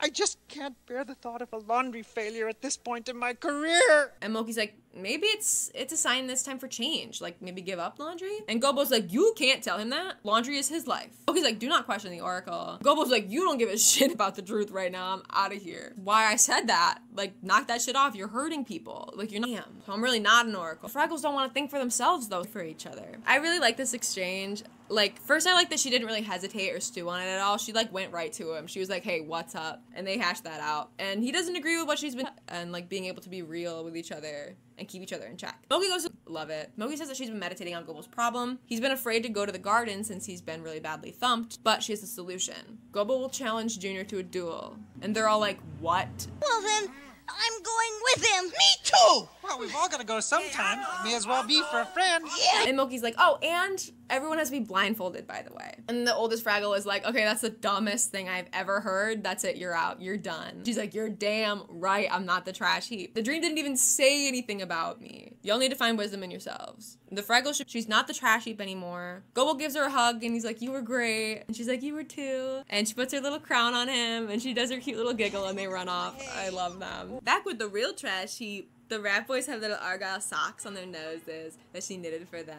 Is it me? We missed the advice business, Marjorie. The tension. The action. The roar of the crowd. And Boober Voldemort comes to her with his grass stain issue. It's time to see the miraculous results of Doc's diet potion. I've gained 12 pounds.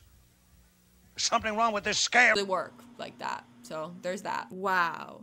We made it. That was the last episode of the season. They wrapped filming on season 1 HBO non-feature family programs at the time, and they had a 13.2% rating among children compared to their average of 2% for HBO at the time. After this season, they won a bunch of programming, the ACE Award for International Cable TV Association for the best children at this show, what, like 40 years later? And you know what? I still have more to say. This is just how they could like explore the flexibility of these characters and the environments to tell the story. They had no idea if it was there from my childhood, and I have so much fun diving into all the details of it. How everything came together is just so fascinating to me, and I feel like the production, how everybody was involved in it, just like speaks to the nature and the message of this show. We wanted kids to see our world in a more positive light, so we made a whole new world. They did keep going. There were 5 seasons in total, too, and I think that one's really cute, and I really need to get to that one, too. I have a lot to say about that one as well. It's really interesting. I feel like all of season 1 is just, like, meeting our players and getting to know this world, but we really get into it in season 2. If you made it through this whole video, I love you. Truly, though, you have no idea what it means to me that you've watched this at all, let alone made it this far. I went back and forth on making this for a really long time because I thought maybe nobody would care. I do plan on making more of these because I had a really fun time making this. And my hair absolutely stolen from Lou Fraggle. Yeah, shout out Lou Fraggle. I didn't really have a fit that felt like hers though. Did I get a crush on Steve Whitmire from the 80s because of this video? I don't know how we got here. I don't know how that happened, but did I? Kind of. Like, I'm sorry, have you seen him in the 80s? We Precious and I Love You. So you may ask yourself, well, how did I get here? Sorry, that's not the point. That's literally not what I was trying to come here and do. Freak shit, dude. This show has done something to me. Not in a bad way. Doing all of this, like, sitting and really deep diving and like really getting into every episode and what it means. And I will be honest, there are a few episodes that I didn't really analyze that much, and I kind of wish that I had a little bit more, but I wish that my brain had like anything left in it right now. I've been editing in my sleep, dude, and that sucks because I get no real work done. I've always been big on mental health. I don't really talk about it too much anymore. Generally, my worldview is similar to this show, or at least I try for it to be the best that I can. It's hard. It's hard sometimes. You know, you hear about shit that goes on in the world and you're like, how do people commit such atrocities against their own? But, you know, that's not the way we're trying to make. I've done a lot of work actively on my mental, and I truly feel that you have to. Like, you have to know yourself. Like, dig into your brain and how it works. And it's scary and it's hard and a lot of people don't want to do it, and like, yeah, it fucking sucks, but like, you gotta get to like the root cause of things. I feel like I've rewired my brain many times.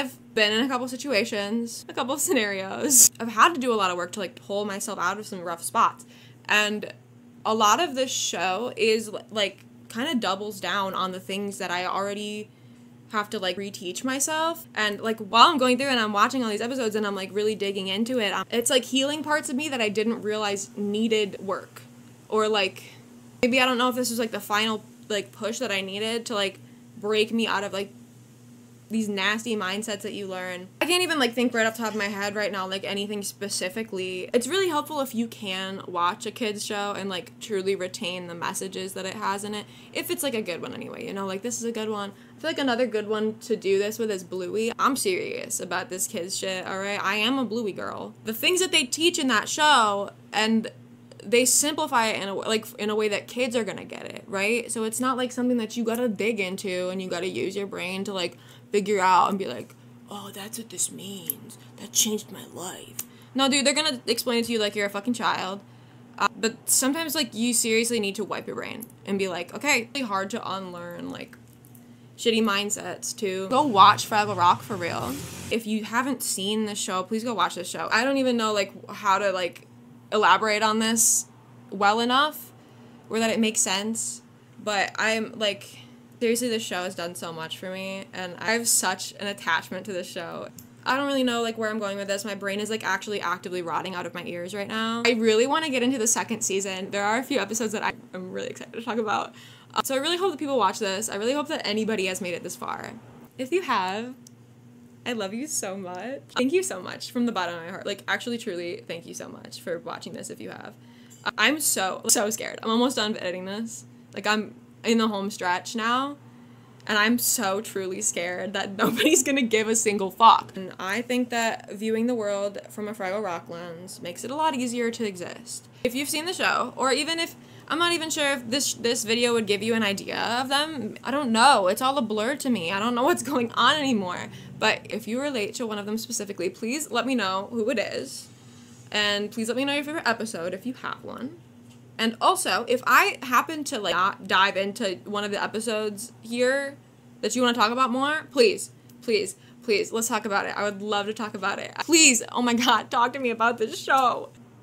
All I want to talk about is fucking Fraggles. I love them. I truly think that it has helped me in, well, becoming who I am, definitely. But also continuing to work on myself and trying to be the best version of me, you know? The one that I'm most proud of. Not that I haven't been proud of her. I've been proud of her all along. She's done a lot. But, you know, there's always work to do. Truly, I believe that. Thank you for watching, if you have. I love you. I gotta tell you, like, subscribe, comment, please. I would love to have a discussion about this, and I will be continuing to do this. Please follow me on my other socials and check out my art. I did a little Fraggle shaker charm. I have a couple of these if you think that they're cool. It's sparkly on one side. They're so cute. Anyway, check out my art, please. That would be really nice. Yeah.